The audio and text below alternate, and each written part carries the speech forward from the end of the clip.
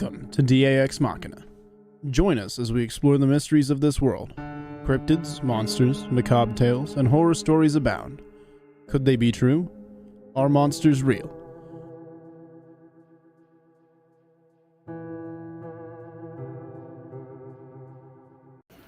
Good evening, folks, and thank you guys for joining us for another edition of DAX Machina. Tonight we're going to be discussing the myth and legend surrounding the Wendigo. There's lots of this one. We've got a full house tonight. Joining me tonight is Robbie Rains, Steve Wildman Monrotis, who's been absent for a bit, but he's back from hiatus. Anthony Pitbull Canatella. William Nighthawk is here in the house. He's in the middle square if you're keeping track on Hollywood squares. Norman Meredith, aka Caduceus from the Wild Hunt books, and my son Noah, Twitch.tv's Jorgamunder. How's everybody doing tonight? Good, dear. We're good. Well, thank you guys for joining us. It looks like we're already getting a pretty full house. What's it up to? 51 so far. Yeah, it'll jump. So how's everybody doing? You guys doing okay? Awesome. Yeah. Not too bad. I'm just hoping my ugly mug doesn't scare anybody away. You know, Well, your viewership's been really good while I've been gone. I hadn't scared anybody away, Steve. We should be fine. The bald bearded trio here, me, Anthony, and Robbie. Who else is bald? No one? I'm certainly not. No, you're not. You got It's just us three. Hey, DA, you're a bad influence on Dennis on my podcast. Am I?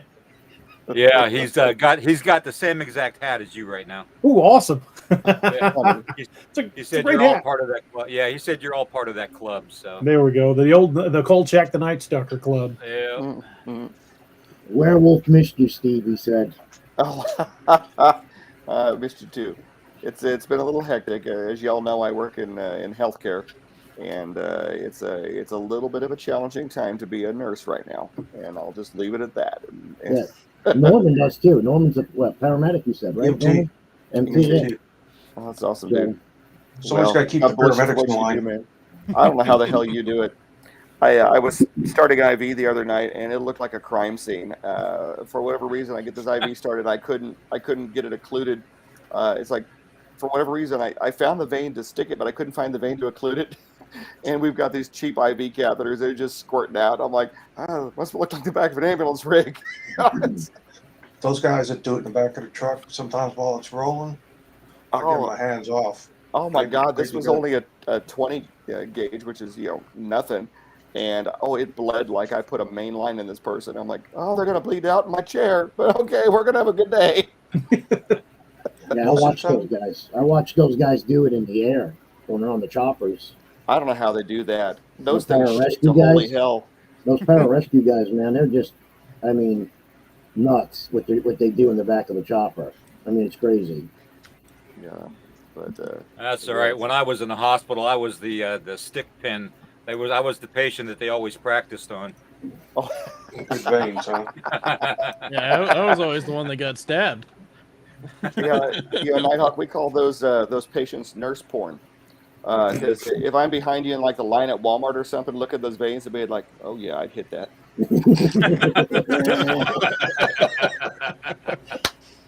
Oh, good.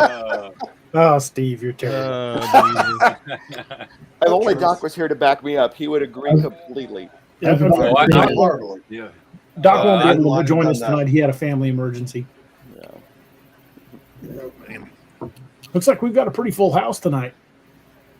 Chairman Meow's here, Cowboy Five Rings, Miriam Nunn, Johnny Half, Meg's here, Bob Foote, Castor Pollux 15, Monster Radio here, West Coast Dogman Project. That's Shane and Ryan. Hey guys, how you doing? Awesome. Bob Foote's here. Hey Bob Foote. I think we picked Bob Foote up from over at Spaced Out Radio. I think this is the first time I met him. A really cool dude. AJ Congan's in the house. Werewolf 5674. John Doe. Northwoods is here. Yep. Zindy Monette, Steve Padden, Tammy Lamb. Oh my God, this goes back forever. Holy moly. Dave is in. Callan Dawkins, David By. Yeah, Northwoods is here. So if I missed you, I'm sorry. That was a long list. That's awesome. we're really thrilled you guys are here with us tonight. We're going to be jumping in here talking about the Wendigo, and I really wanted to really cover all the bases on this. That's why I asked my good friend and brother from another mother, William Nighthawk, to join us, because he brings a different perspective. There is only so much that we can learn through our own experiences, but the Native American culture has known about these creatures far longer than, well, frankly, we've been here. So I really wanted to get his perspective on this, and I think it's a great place to start. William, do you want to jump in and tell us from your perspective about the Wendigo and what that represents? Well, the Wendigo basically is there's a couple different ways you can describe it. Okay, with my people, it's more of like a possessed state of a cannibalistic type of evil spirit. It's been said that the Wendigo spirit is connected to the winter. And the reason being that is that the winter represents cold, hunger, and weakness. Okay, which is all the three things that you don't want in the middle of winter if you're human. Okay. And that evil spirit preys on those three things. It looks for its opportunity, just like a demon would look for a demonic possession opportunity. Now, like there are several different things too. I mean, it can take physical form. In some cultures, like the Algonquin, they believe that it can take physical form. It can stand up to 15 feet tall. It has a deer skull head with antlers, and a human body, very thin and emaciated. But for the most part, it's been said that it's more of a possessing spirit. So it's like the embodiment of winter, then. Or more like the embodiment of hunger. Yeah. Yeah. Now, William, Starvation. Yeah. now, I have not had the pleasure of seeing your podcast on that. You and I met a few minutes before the show. Now, what is your tribe again? I'm Lakota Sioux and Shawnee. Dakota. Okay, Dakota and Shawnee. All right. I just want to get my head around it because I was telling DA before the show, I've kind of gone down a YouTube rat hole recently and got real active watching things. And I've been watching a few series on First Nations lore. And I've learned that some of it I shouldn't watch at night, but right before bed. But it's just fascinating stuff, and it's interesting how these disparate tribes have like some of the same interrelated stories. Even tribes that haven't contacted each other. Yeah, some of us are desperate too, Steve. So don't worry about that. But no, it's cracking me up because there was like, it's like this East Coast tribe, maybe like Micmac or somebody like that. And then they have, essentially the same stories as, like maybe the Navajo would. And I'm like, well, geographically, they probably haven't interacted a whole lot. Yeah. And so, and it gets really scary when it's some of this cryptid type stuff, this supernatural type stuff. It's like, what are the odds that, if you're talking your typical Europeans, what are the odds that an American and a Frenchman who've never interacted are going to have the same stories, Yeah. Exactly. Yeah. Yeah, and that's true, and that's the same with the skinwalker too. As a matter of fact, even though the Navajo have a different theory on not talking about it, and several others too, but we don't. My people, we don't have a problem talking about it because we don't fear it. So. Now, what's a lot of people confuse the skinwalker with the Wendigo. I know there are certain similarities, but can you tell us the difference? Well, the Wendigo is basically just a bodily possession of someone, of a human, that is basically really, it's got to be like an overwhelming fear or a sadness or something involved in the possession process of it to have that evil entity take over their spirit and make the change. Whereas a skinwalker is because of the black medicine and the medicine men and women, as we well know, because a certain someone in my family was involved in it, and it's more of you embody yourself with the skins of the animal that you want to become, and it's a blood ceremony that you do to sacrifice to the dark spirits to take over your body. So more or less. That's the short end of it. Okay, I can't get into the details of the ceremony, but it's something that once you see it once happen as a child, like I did, it stays with you the rest of your life. So we more or less what you're saying, William, is a skinwalker is more of a choice, and a Wendigo is more like somebody gets possessed and don't have the choice in the matter. exactly. So, one thing that I've put a lot of research into as far as Wendigos go is a lot of people have the belief that it's possibly a runaway prion disease, like with chronic wasting disease, mad with cow. deer. Yeah. So, I mean, for it to embody hunger, for it to be a kind of curse, would kind of make sense because, I mean, basically what prion disease is you eat these tainted proteins and it starts rewriting your brain and starts rewriting how you behave and starts making you do all sorts of different things that you wouldn't normally do, which kind of coincides with the whole constant cannibalistic hunger, that sort of thing. So I mean, I feel like from a more modern science point of view, we can kind of put that label on it. But at the Like same rabies. time, as long as it has lasted, I don't know if it's entirely scientific. You know what I mean? Well, if there is a prion connection I to it, don't think it's yeah. oh, go ahead, Yeah, William. Sorry. I don't think there's a problem with saying there's a possible I don't think there's a problem with saying there's a possible connection with it, but I think that in order to go back hundreds, if not thousands of years into indigenous cultures and explain to them that it was something other than supernatural or Right. evil, would be very hard pressed. So. Especially because like there's also the belief of like and this is the way that I'm gonna word it, I suppose, the tulpa, right? So enough people start believing in something, it becomes real. You know what I mean? So like we have the old creepypasta of the Slender Man, right? And until that creepypasta started coming out and people started reading into that, sightings weren't occurring of that. But once people started believing in this thing, more and more sightings started showing up. So, as it were, it could have originally started out as kind of like a prion disease thing, but the more people started believing that this was a curse, this was a supernaturally occurring thing, they started seeing more and more of them because they were just coming into existence because of belief. Yeah. Well, Tammy Lamb had a good comment. She said maybe the I prion disease opens the body up for possession. Yeah, I mean it weakens the body. Yeah. Well, prion diseases are DA, yeah, Steve, go ahead. I was going to say prion diseases are horrible things. They're hard as hell. From a microbiology standpoint, they're hard as hell to kill because they're just protein, and these are very temperature stable proteins. You've got to basically incinerate whatever is infected with it. I'm getting feedback from someone there, but anyway, you got to basically incinerate whatever it is. And these are bad illnesses. The chronic wasting disease in deer, mad cow, and what they call it, bovine spongiform encephalitis. And then in humans, they have something called Crutchfield-Jacobs disease.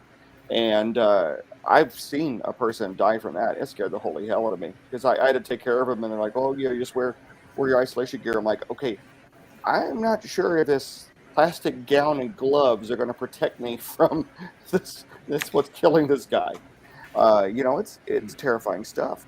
I think most what we would term modern society as supernatural things. I think there's a scientific connection to it. Even in the Christian world, because I know Christian lore more, being an Irish German Catholic. They've been trying to do scientific studies that basically prove that the events of the Exodus in the Bible happened. Some of these plagues. It's scary to think about it, and thinking that there could be a demonic connection to it, which I really fully believe in. That's terrifying.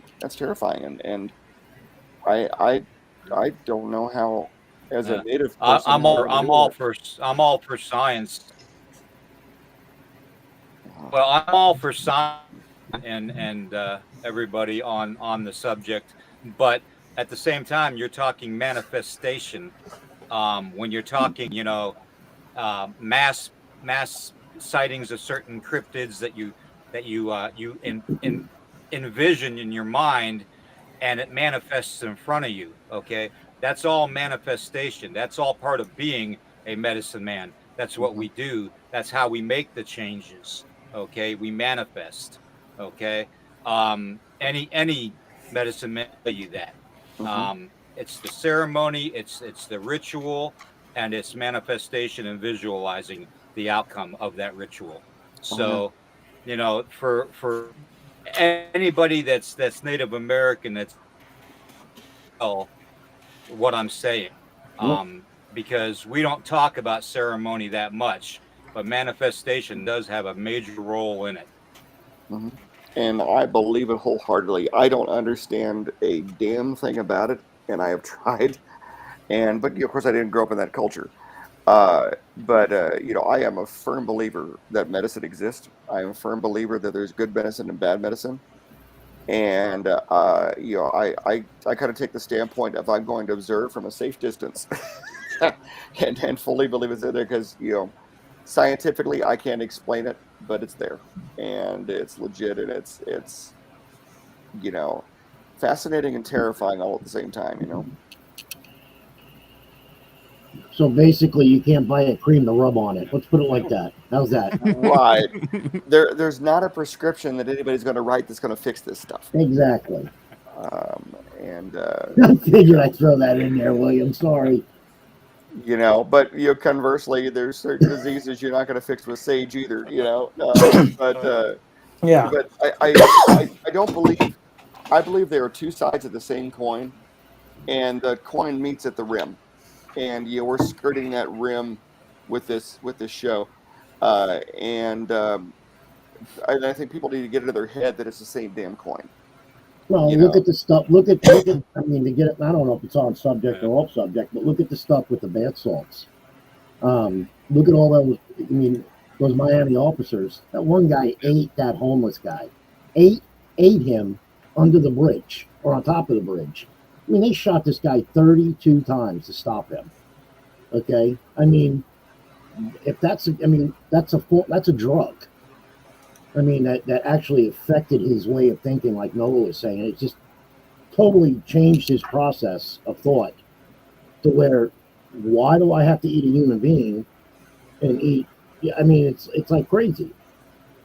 I mean, that's bath salts. I mean, imagine having a disease that's in your bloodstream that's like rabies. I mean, look what it does look what rabies does to animals. Nice cuddly, nice, raccoon that wouldn't really bother you otherwise. Next thing you know, it's attacking the hell out of you. Same as a coyote. Sounds like the second ex-wife. Yeah. Nobody wants to comment on that one, I guess. I was reacting to Norman. I was waiting for Northwood to say something. I was literally focusing on the chat, going, "I'm going to say something about his ex-wife." We were waiting on somebody to make an ex-wife comment. Yeah. Cowboys Five Rings had a good question. He says, "Is it true that an unusual chill in the air occurs prior to the Wendigo appearing?" I don't know if they necessarily appear. I mean, they're generally described as a physical entity. What do you think, William? I mean, have you heard Not necessarily.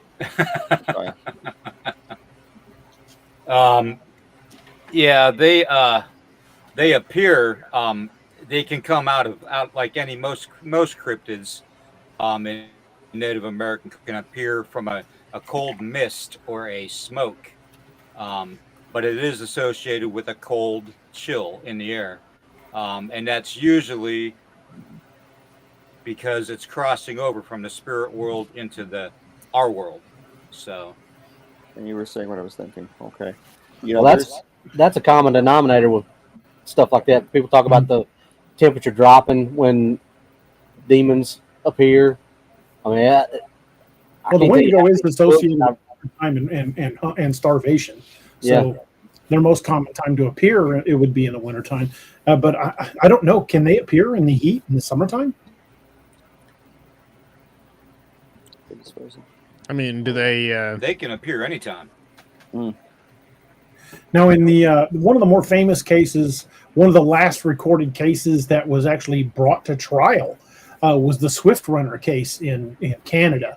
And this is a guy that stumbled into a trading post after a particularly nasty winter and said that his family had been murdered during the wintertime. And no, not murdered. They said they had starved to death because they didn't have any supplies. But he was only a short distance from the trading post. Even in a bad winter, he could have made it to the trading post. And they happened to notice that the guy was, let's just say he hadn't missed many meals. So they went back to his cabin and found his entire family had been murdered and eaten. They could see the bones had been gnawed on, flesh stripped from the bones. And they actually put him on trial and convicted him of it. And that was, I want to say, right around early 1900s in Canada. One of the last recorded cases. Yeah. No. And then there was the case. It was about. And again, that all correlates with weakness. Mm-hmm. And then there was another case about 25 years ago in Canada. For some strange reason, a Greyhound bus traveling down the Trans-Canadian Highway, this guy just stabbed a dude across the aisle from him and started eating him.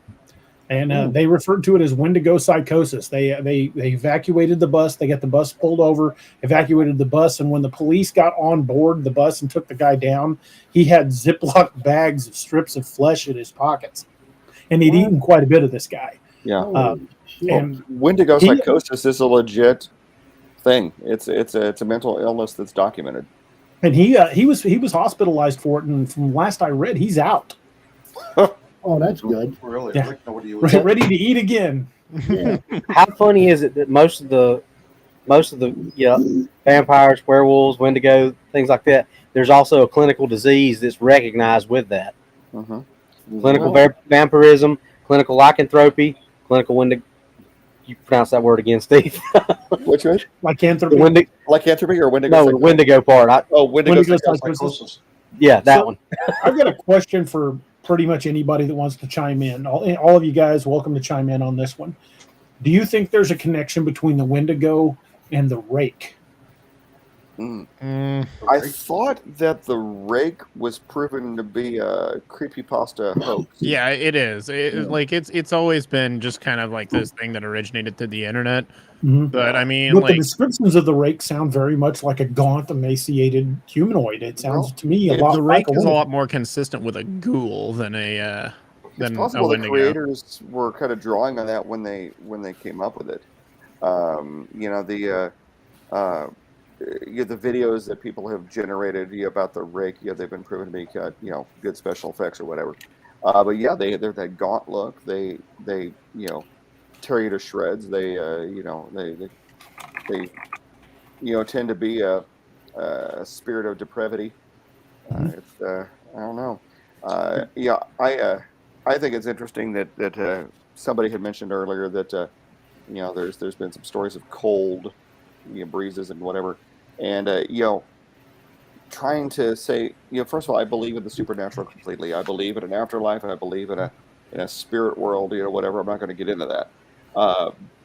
But let's just look at it scientifically. Let's say, for example, that this spirit world or this world of the elders or whatever you want to call it based on your faith is another dimension, another universe, let's say. To bring something from that universe to ours, physicists have done calculations. They've done kind of the brain work behind it, the very basic brain work. They're like, it's going to take energy. Well, you pull energy out of an environment, by thermodynamics, everything's going to cool. Yeah. So it would make sense, not that I would ever want this to go on, but if I had a religious friend or a medicine man or somebody who had some ability to conjure things from the spirit world, the temperature is going to drop from the energy that's put into it to pull. Even in hauntings, they talk about cold spots. Right. There's been documented cases. I was watching the latest season of the whole Skinwalker Ranch story that Hulu or whoever it is put it out. And okay, yeah, some of this is staged bullshit like every other reality television. Mm-hmm. But they were showing thermographs of this place where this portal supposedly was opening, and the temperature dropped like 20 degrees like that. It was on a thermal camera. You can't fake that shit. You just can't. Maybe whatever element is powering these Wendigo, whatever the demon or the bad spirit or whatever you want to call it, maybe it is some kind of transdimensional something, and it's feeding on our world, or maybe whatever element it possesses, is energy starved, and it's I would think I would think it would be a given that if something was, like we're saying, it's transdimensional, whatever you want to say, if it's coming to this plane of existence from another plane of existence, it's got to pull that energy from somewhere, and that energy pool is probably going to drop the temperature. That's where, like, the things like Norman and I got the other day with the energy spike and things like that. If things like that are going to happen, logically there has to be a reason behind it, and if it's pulling that energy, that would be where things like that would come from, I would think, anyway. Yeah, we had a question from the chat. Paul, I apologize, I am not even going to try to butcher that. It says, what do you think about the ghoul from Arabic folklore? Could that be related to the Wendigo?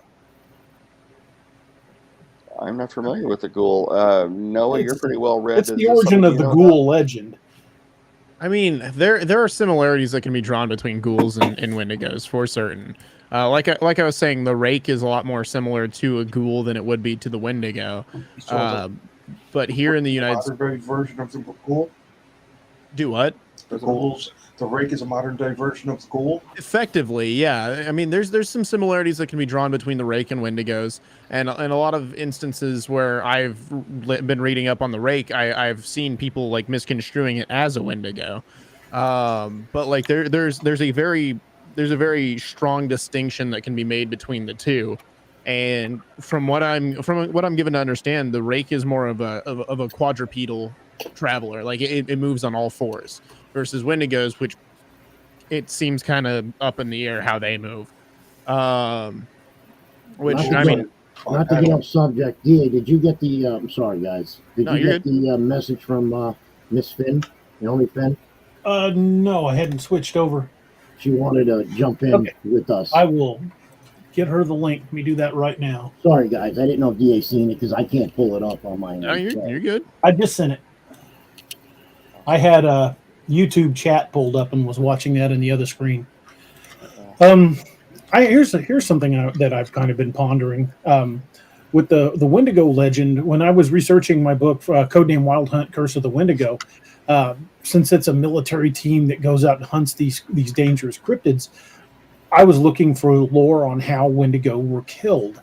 And the thing that surprised me was there was so much conflicting lore on it. There were some versions where they could only be killed by fire. There were some versions where you had to cut their heart out with a silver dagger and burn the heart separately.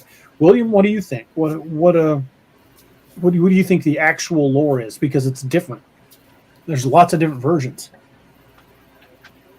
Well, first off, the Wendigo had a cold heart, so you would need something to penetrate that type of a frozen part of a biological being.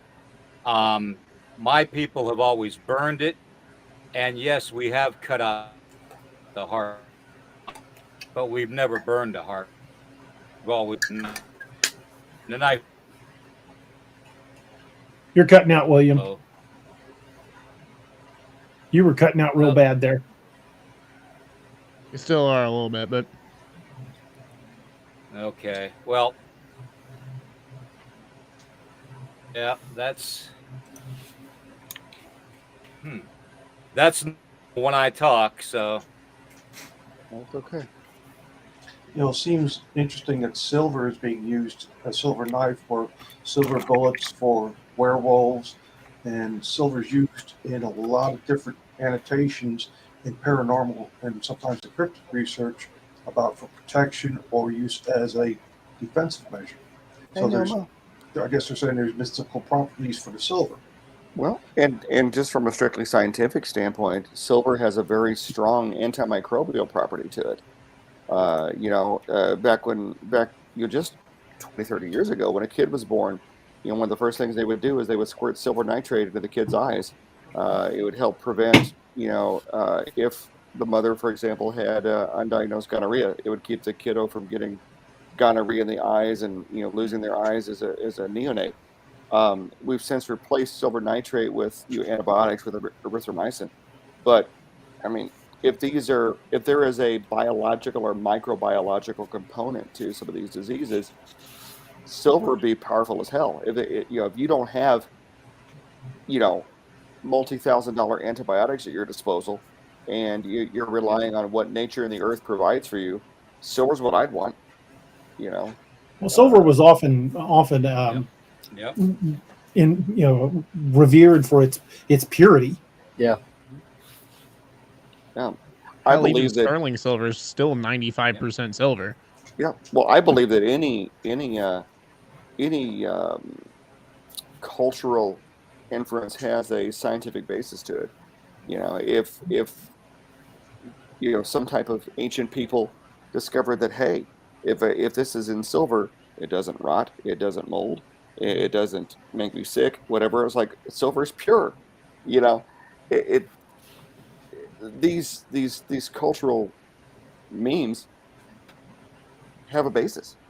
Most folk medicine, when you boil it down, with the exception of a few of this, some of the insanity you see on YouTube and whatever now, but most folk medicine has a legit medical basis. They've done research on it. The various herbs that are used in traditional native healing.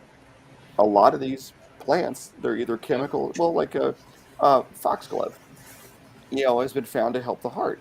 We've learned years later that you can make digitalis out of foxglove. Tamiflu. One of the active ingredients in Tamiflu is elderberry.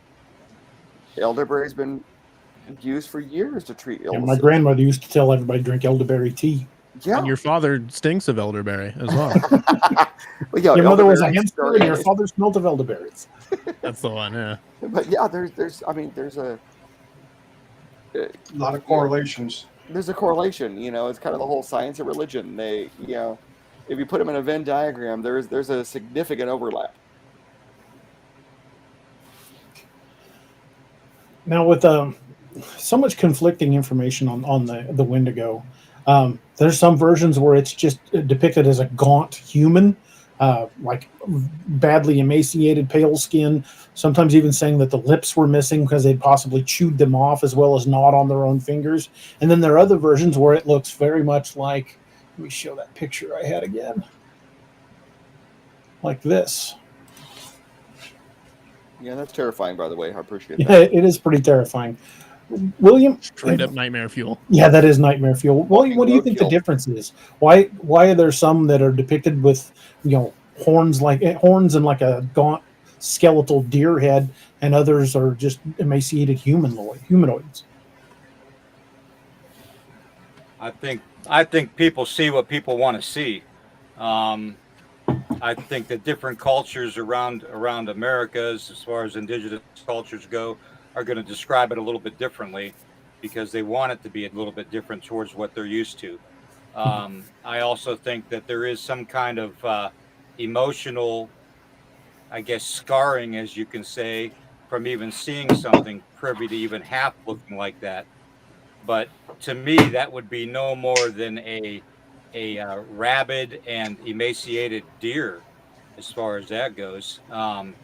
With the hair missing, the rib cage showing, the antlers, deformed and altered in some way. You never know. I mean, it could be several different reasons why they're so depicted in certain ways. But as far as the main thing goes, the main thing with the Wendigo is that it is an evil entity that enters the body. So, and it doesn't need to be asked to come in. It just needs the opportunity. Is it possible that description of the humanoid is actually the ghoul, and they're mixing the two together, between ghoul and Wendigo. Even though they're similar, they're yet different. That's kind of what I was getting at earlier, is that North America doesn't exactly have a ghoul story. I mean, like, it's an Arabic origin story for the ghoul. So, I mean, like, the closest similarity, odds are, would be either the Rake, which was a creepypasta, we've talked about that for a while. There's no definitive evidence of it existing, or the Wendigo, which there's a lot of similarities between the two of them. So, I mean, you could probably say that a Wendigo is a ghoul and a ghoul is a Wendigo, but... Well, the argument could be made for the creepypastas that they very well could have become tulpas.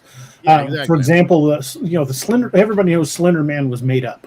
It was internet creepypasta. Yet it still persists. People seeing them all over the world. Psychosis.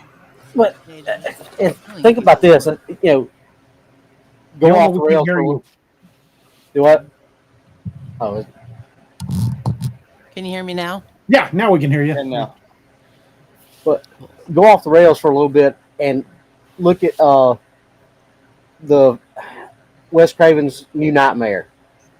Look at the premise for that. Freddy was a movie character, but the entity in Wes Craven's New Nightmare took on that persona of Freddy, but it was a real world entity that fed off everybody's fear of Freddy, and that's why it appeared as Freddy, is because it built on what everybody was afraid of. So if people were afraid of the deer creature, that's what people in that area saw. If people were afraid of more of a zombie-like thing, like the Rake or the Ghoul or whatever else, that's what manifested. I think it's a manifestation of what your fears are. You're gonna see what you're afraid of, and what. Just my opinion, but I think that movie kind of lends a little credence to you're going to see what your greatest fears are. Naomi, what were you going to say? Hey, how's it going? Oh, I thought you were chiming in there. Thank you for joining us, by the way. Oh, thank you for having me tonight. I was thinking about auto-cannibalism and how that might play some, when you're talking about eating its lips off,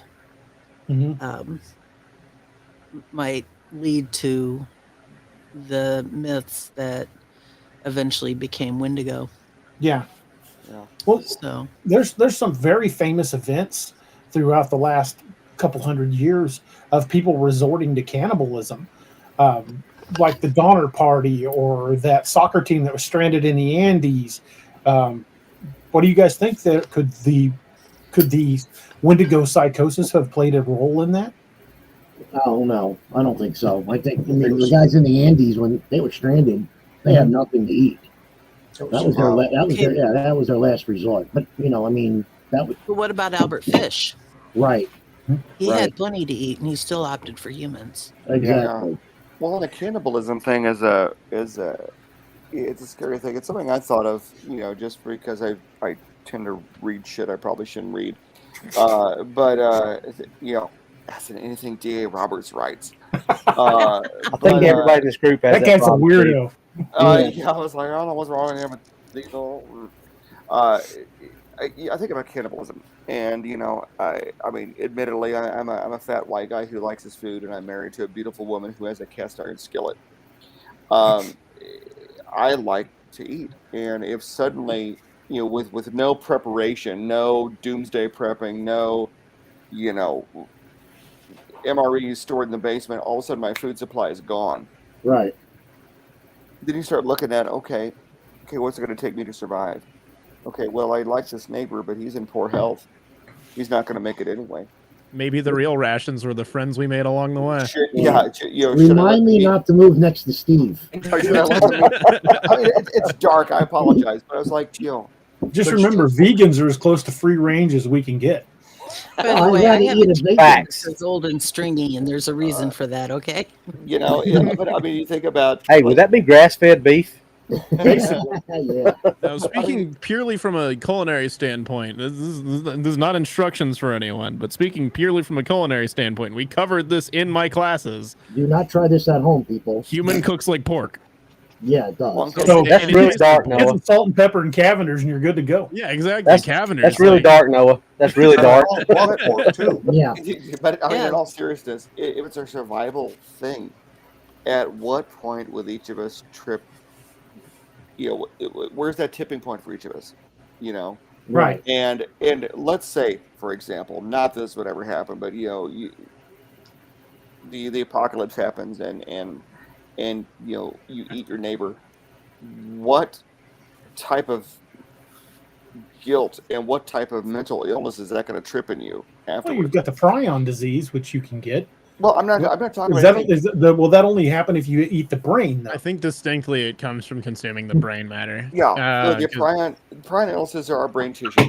But I mean, I was gonna say something on that. now you know what's in the Looks like cottage meat's pie. Back on the menu, boys. Now you know what's in Yeah, the don't- cottage pie, my friends. Right, don't eat the shepherd's pie over at Steve's Pub anymore. It's made with real shepherd. Ironically, I'm that friend. But no, I mean, seriously, what would this do to the person's psyche if they had to do it? You know, forget if it's a friend. I mean, total stranger. I mean, if my family's survival depended on it, and I ate something about the chili, and I ate another person, that I would. think he's saying shepherd's pie was made out of the shepherd. Yeah, exactly. Fried green tomatoes reference here. The mind screw that would create in a person. Right. You know, maybe the Wendigo isn't the cause of the thing. Maybe the Wendigo is the effect of the thing. I got one. Anybody seen the movie, what is it, The Land of Z? That was on Amazon. I haven't seen that one. It's a true story about these British explorers that go out to the Amazon. And they actually trying to find the lost gold of Z. Okay? And they run across these cannibals. Now, why is it that these cannibals that are eating other tribe members are not coming down with this disease and acting crazy out in the Amazon? And that's all they consume is human flesh. Right. Well, they have to be contaminated. A prion illness. A prion is a microbe. It's like a bacteria. It's like a virus. It's much more primitive, and as a result, it's very hard to kill. I mean, literally to get rid of it. Like back in the 90s when the British beef industry was impacted by mad cow disease, they literally. I can't even talk. They literally burnt their entire beef herds. I mean, like they slash and burn, and they burnt every frickin' cow in the entire country because that was the only surefire way they could get rid of this stuff. Right. And then they built it back from the ground up, and consequently, now British beef is some of the best in the world. Well, horse meat was a big thing in England. I mean, that's all France. they ate. Yeah, France. Yeah, sorry. Early Yeah. 70s. It was also big at McDonald's for a while. about? Yeah, well, my wife and I, when we were at McDonald's, What we if- were in the Cornwall, we ate at McDonald's, and literally a quarter pounder from McDonald's in the UK is the shit. I mean, it is an amazing piece of meat. What is it made out of? It's made out of British beef. And the ones here will give you the shit. Yeah, exactly. Well, You you hit that know, on the head. That's a McRoyale with you cheese. go to a beef auction here in the States, and Don't you they see call the it quarter McDonald's pounder? buyer, and the dude's buying Wendigo, for you to eat on. But yeah, you go to the UK, it's like prime beef. It's amazing stuff. Right. I can't even explain it. We were at McDonald's, and my wife were like, "Oh my god, it's so good." You don't hear that reaction here. No, like McDonald's is Like this what is you, what edible. you eat when you run out of beef. Soy Paul, brother. I've been trying not to say this for the last 10 minutes, but it's Oh, got to no. be said. For the amount of bullshit coming from this program, I think that we can definitely agree that this is all grade A beef here. Paul, Well, again, I leave it can't up pronounce to his this last man. name, said, I heard Josh Turner tell a story of a dog man killing a Wendigo / rake looking creature. I've never heard any of the, I've any, never heard any anything stories about like that that. either. I'd like to read that story though. That sounds cool. DA wants to be on that one. Williams doing the face palm. What do you think of that? You don't want to know what I think. Oh, go ahead. Hey man, feel free, let it fly. This is a safe place, brother. Naomi just said it, so just go let it out. Don't worry about it. She just got the thing rolling. Okay, first off, getting back to the cannibalism thing, what happened to the missionary that went to that Polynesian island and they never heard from him again? And that was just recently in the news. Mhm. Are you talking about the last- missionary that went to North Sentinel Island? Yeah, it's like the uncontacted tribe. Yeah. I'd like to talk to you about Jesus. Yep. Oh, he Yeah. ate him. Yeah. I mean, Yep. there's an island. That's that island that no one goes There to. are tribes that even today still so- practice cannibalism. Exactly. That's my point. Papua New Guinea, Right, the yeah. Amazon basin, Yeah. the whole basin. There are still tribes that practice cannibalism on the daily. And then there What's was that island? tribes that also would take certain parts of the body because they gave strength, Right. honor, fertility. You know, Well, yeah. In this movie I watched, that's what they said to the explorers, that they eat their dead of their rivals because of their power. They gain the power. Didn't the Maori warriors believe eating heart of their the people they fought in battle gave them the power of whoever they were fighting or something like that? Yes. Is that right? Or No, you're right. You're right. well, Aztec Okay, legends so look what makes about- that what makes that any different than what the Native Americans did for thousands of years, taking a bite out of the heart of a beating buffalo's heart, okay, from a buffalo hunt, or from Yeah. from Or a deer. deer or Right. a buck, yeah. Right. So I mean, it's the same. It's the same principle. So yeah. And I had to. I fought not taking a bite of the heart, but that's my first deer. I had to drink. Right. That's That's a custom with a lot of folks. yeah. I've got Cherokee in my blood. That was something I was made to do when I took my first deer. Well, and there's a scientific basis for that stuff too. The organ meat has all the biochemical energy in it. Right. You know, there's like the coyotes and wolves and the big cats, the predatory mammals. Yeah, if they take down a large animal and they can't take the whole thing away with them, Mhm. they eat the organ meat. That's why you see like Don't killer worry, whales Noah. only kill sharks. When they kill sharks, they only eat the liver and certain organs out of it. And they liver, leave the rest the of the heart. body to die. Right. The stuff that has the high levels of ATP and the other energy in it. Right. I mean, if I was out in the woods and living primitively and my life depended on it, I had to take some kind of large animal. Yeah, I'm a 250-pound guy, but I'm an out of shape fat ass. Let's be honest. I'm not carrying a 300-pound animal away. Right. I'm going to cut out the energy-rich meat. I'm going to eat it. Preferably, I'm going to cook it if I can make some fire, and then I'm going to move on because, I'm not taking the rest of it with me. I can't. It's you find the energy-rich food, you take it, you eat it, and you move on. Well, I know not to move next to Steve. I can tell you that. So, I'm planning it out. that's Notice that after the DA call. and I are close friends, and he walks with a cane. No wonder why he wants to move. well, You don't have to. Noah, outrun- don't worry, I won't eat you. You're too chewy. Hey man. Hey You man. don't have to outrun the bear. You only have to outrun your friend. I mean, I'm a little chewy, I will admit. I'm gonna gum you up for weeks. I got just a tell lot them of I'm keys in high my in bad system, too. cholesterol. I had a little too much snow. I'm constipated. It's like eating a high protein MRE, man. That's the same. Yeah, there you effect. go. Naomi's thshe's holding her head. She's like, these guys are nuts. No, I'm debating on whether or not I want to admit that I'm not edible. I'm female. Well, you don't live that. Organ-rich meat. Yeah, we're not gonna. Well, on that hand, you're not close to Steve anyway. So Now I'm thinking, why did I come in here with all these idiots? I'm not fat. I'm well marbled. She's Oh, used God. to us. She's used to us, Robbie. She's used to us. Steve, they're not stretch marks, it's marbling. Yeah. Yeah. That's the prime cut. Oh man. Oh my God! I owe the world an apology. It's like Wagyu beef. That's what you are, man. Premium Wagyu long pork. It's gone off the rails, DA. I'm sorry. Yeah. That's all right. That's been that part of the course. Smokeless grill.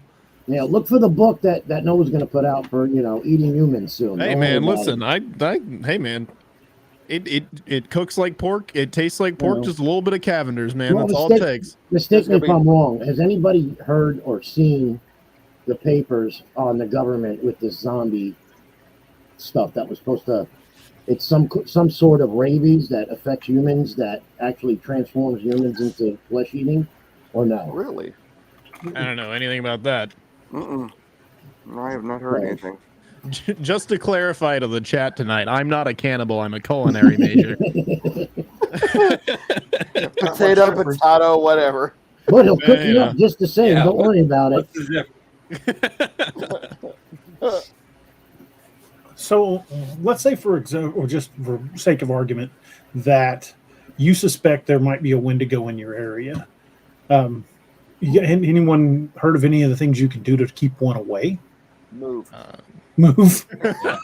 Superior firepower. Run.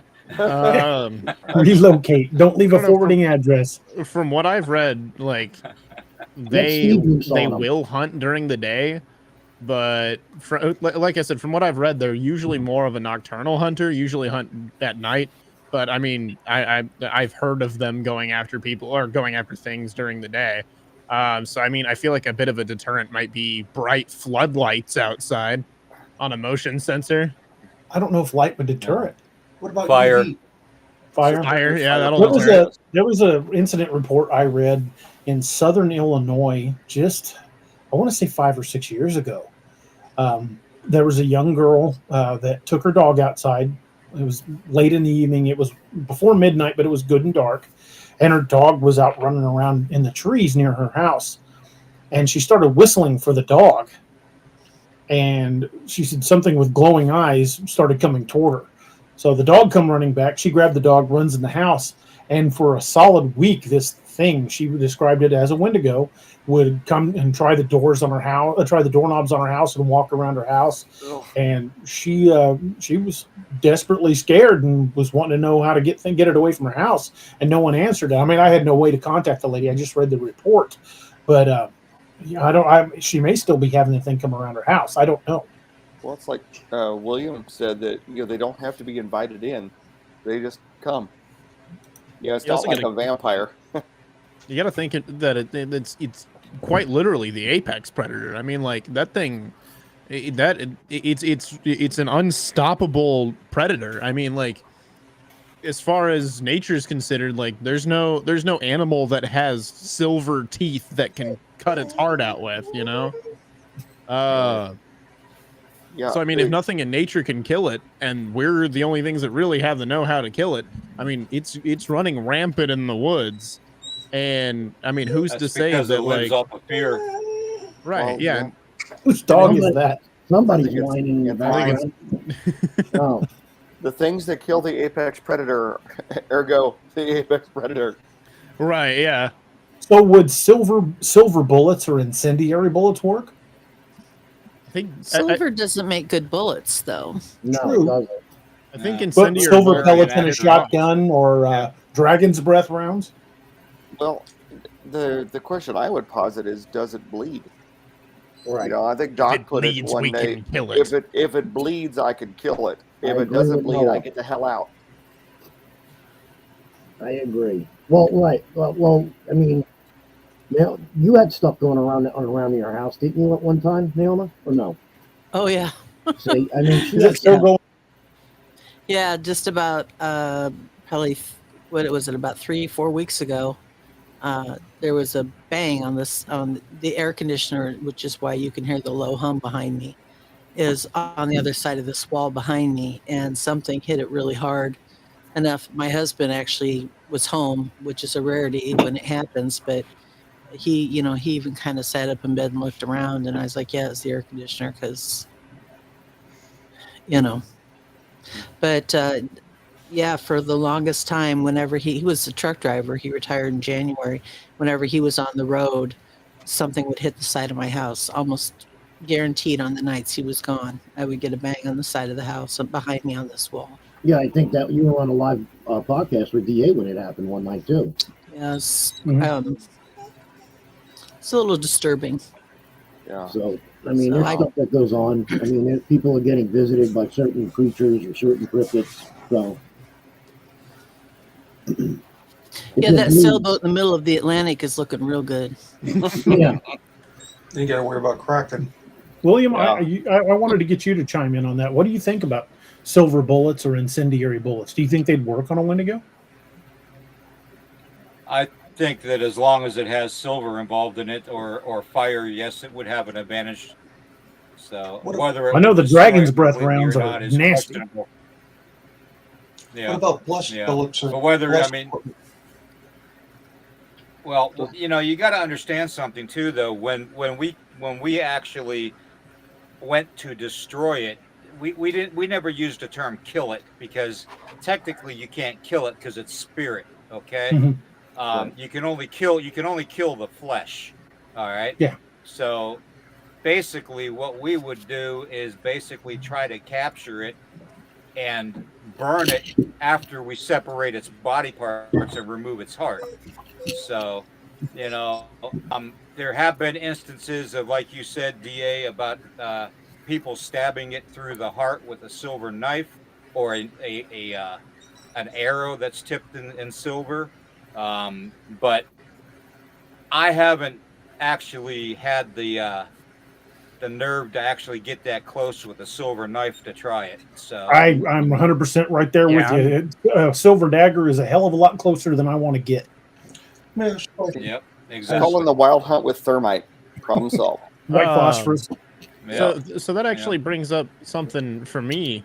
Like the destroyed carcass bodies that we see in a lot of imagery for the Wendigos. Just kind of making a connection here. Could that not necessarily be them like auto cannibalizing? Could that have been damage from other animals attacking them? But because you can't kill it through normal means, the body just remains strewn about and destroyed as they're continuing on. Hard to say. Maybe. No, I mean, obviously, if it's eating anything in its path, possible. it's a danger to other animals as well. But I think it would be much like if you're in an area where Bigfoot has made its presence known. Pretty much all of the game animals have either gone to ground or left. I mean, you got to keep in mind, like, as it's going along, you know, there's a mountain lion up in a tree, and it sees a humanoid figure walking below it. It's like, oh, okay, free lunch, right? Drops down, attacks it, and ends up getting its ass whooped because it's a Wendigo, but it did a number to the thing. I would think it would sense the presence. Yeah, that's what I was about to say. I don't think it would look at it and go, "I'm going to eat that." It would be like, "Oh my God, get out of here!" Animals are far more sensitive to stuff like that than we are.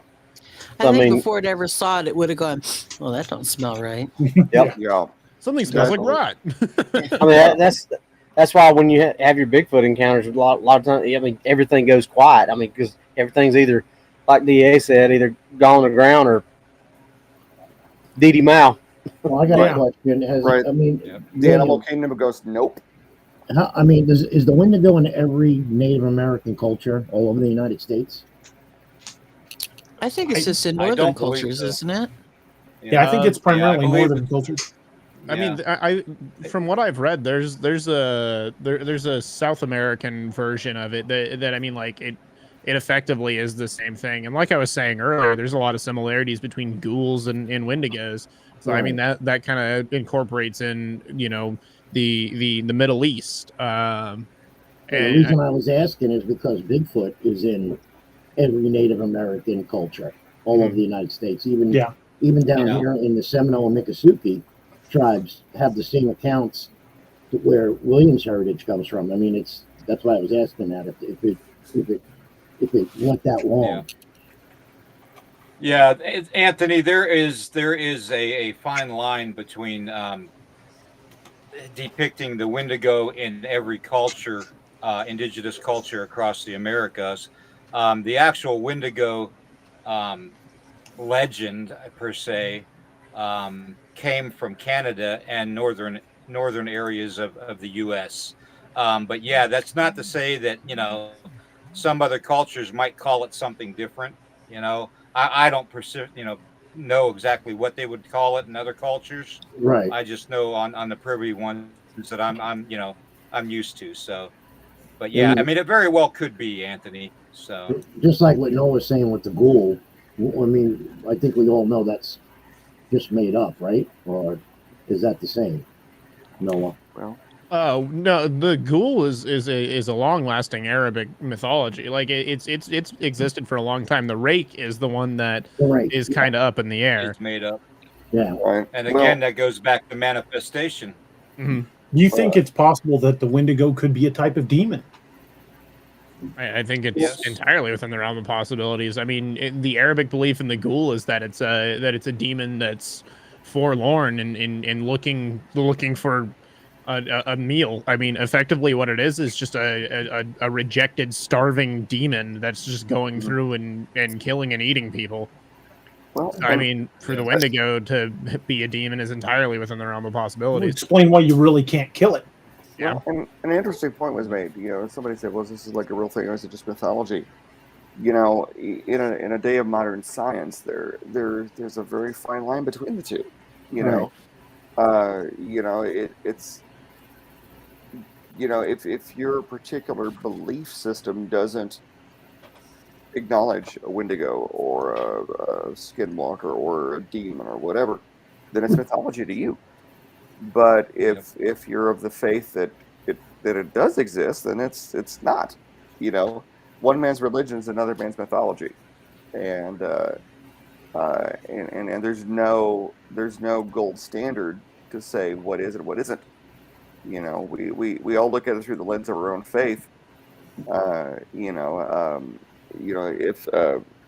you've got a person who's a Christian individual, okay, it's this story in the Bible, this story in tradition, this story, whatever.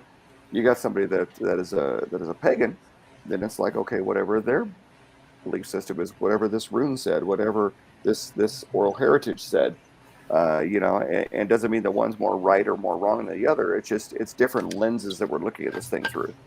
Well, what about the Wendigo is seen as having like the head of a deer and these huge antlers, but look at the Master of the Wild Hunt, depicted almost identically. And on certain nights of the year, the Wild Hunt would ravage through the countryside, hunting anything in its path. Right. Yeah, I was just thinking about that when we're trying to frame these things. You, DA, you and I, you've been friends a long time, and we've had many talks about religion and whatnot. You've got, the Native American thunderbird. So, this bird is, you get a thunderstorm, the thunderbird is causing it. Okay, you look at a Norse pagan, it's Thor or Odin that is responsible for this. You look at a Christian, it's such and such. It's all our ways of framing the same thing, and there's a causative agent to all this, but I don't think we just understand enough to quantify it. If this Wendigo is a trans-dimensional something or other, how the hell do you organize that? How do you process that? The spirit of hunger. I mean, how is that quantifiable? Well, you certainly can't stop it then. Yeah, and it's and like William was saying, you can drive it out, but you can't kill it.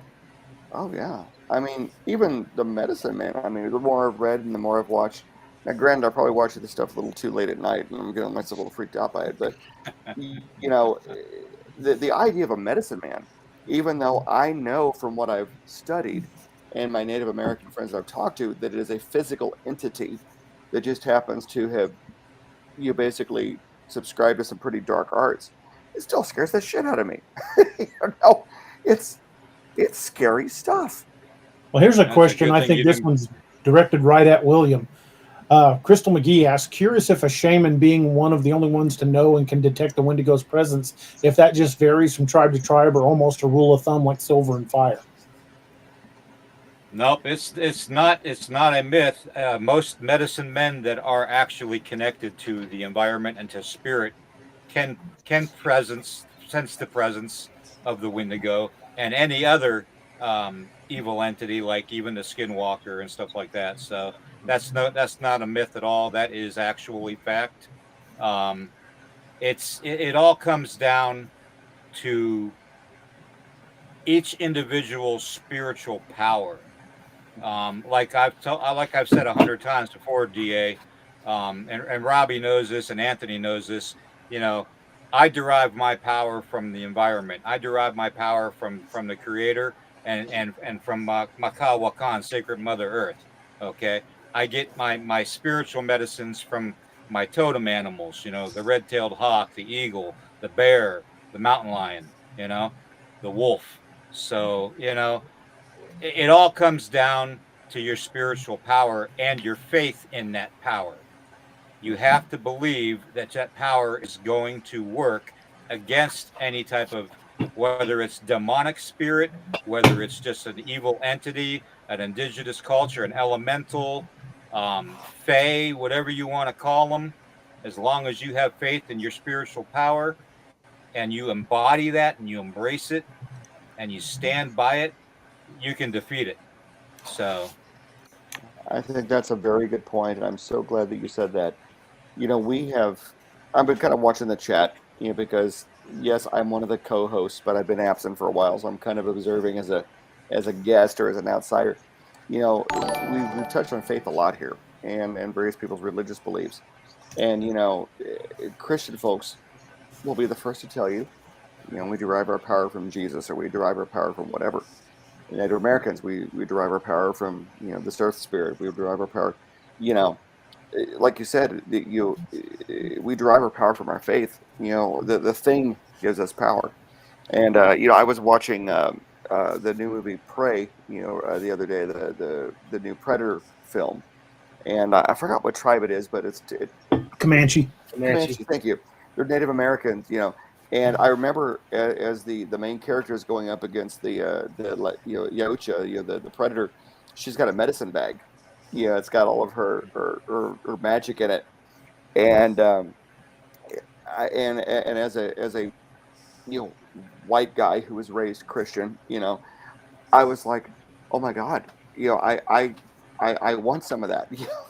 No kidding. You know, you put me up against a Wendigo or a Dogman or what's the Lakota word, Cheyenne Tonka, the Bigfoot, DA?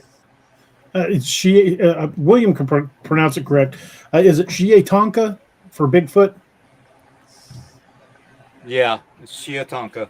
You know, you put me up against that. I would want a medicine bag. You know, That's no joke. I was sitting there watching it when the main character's got her stuff and she's putting her magic together. I'm like, I want some of that shit. I want it now. Considering some of the places we've been going to film, I've got to talk to William about making one for me. Seriously, yeah. Toshi the Wolf had a good point. He said, just curious, would a skinwalker try to control a Wendigo or fight if they ever cross paths? I mean, a skinwalker was just a shaman that went as dark as you could go. What do you think, William? Would he try to control it? Well, a shaman, a black witch shaman would definitely try to control the spirit, but you got to understand though that the spirit within the skinwalker is no longer the shaman. Okay, it's the demon or the evil entity in control of the shaman's body, okay, and in shaman's spirit. So it's not embodied as the human form anymore. It's a skinwalker. Okay, so I don't think the two would ever cross paths, to tell you the truth.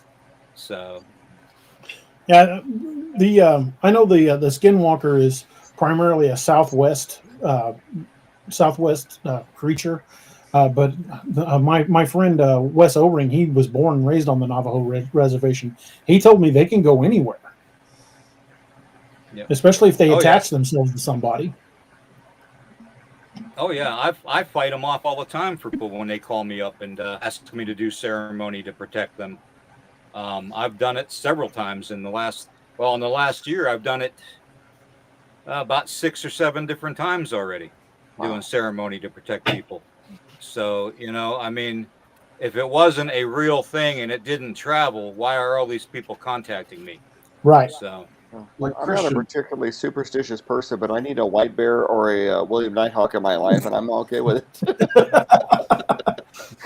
You know, Christians are used to, like Catholic faith, for example, they bring in a priest for protection from evil spirits or excommunication. Right. Their spirit bag is the cross. Mm-hmm. You know, so Well, there's a lot of similarities. I mean, I was raised Catholic. I am not a practicing Catholic currently, even though I'm Christian. And I will not disparage any faith. That's not where I'm going with this. But I have a crucifix in my bedroom above my bed because it meant something to my grandmother, and she gave it to me. And you know, it doesn't hurt. Okay, you know, when I turned 16, she gave me a St. Christopher medallion. I've carried a St. Christopher medallion in every car I've ever owned. I'm now 46 years old, so 30 years now I've been carrying, St. Christopher medal. Do I personally believe that St. Christopher is interceding and protecting me from a horrible fiery car accident? I don't know, but it can't hurt. If a $5 medallion is giving me a 0.1% chance of surviving a car wreck, give it to me. I have no native blood at all. I did the ancestry DNA thing. I'm as white as you could possibly be.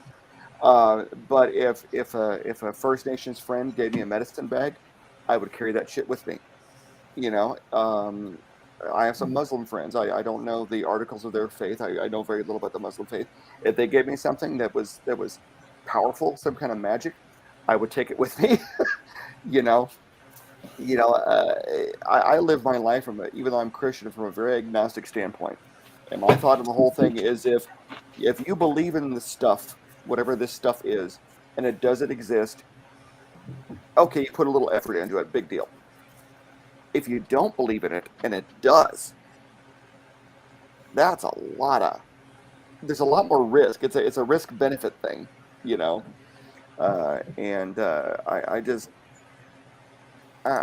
want to go for the safe route out. Maybe I'm a coward, maybe not.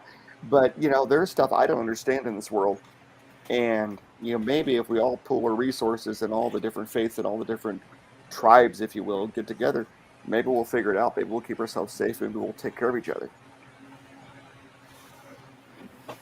Agreed.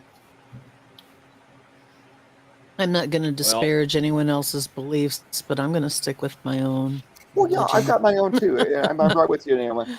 My beliefs are very strong, and I'm not going to get a soapbox about them. But like I said, don't disparage anybody else. Their beliefs exist for a reason. I believe that nature is very self-limiting, and I believe that if this stuff exists, there's some empirical reason that it does. Do I plan on encountering the Wendigo tomorrow? No. Do I plan on encountering a dogman tomorrow? I sure as hell hope not. But stop peeing on trees. Stop peeing on trees. I mean, diabetics shouldn't pee on trees.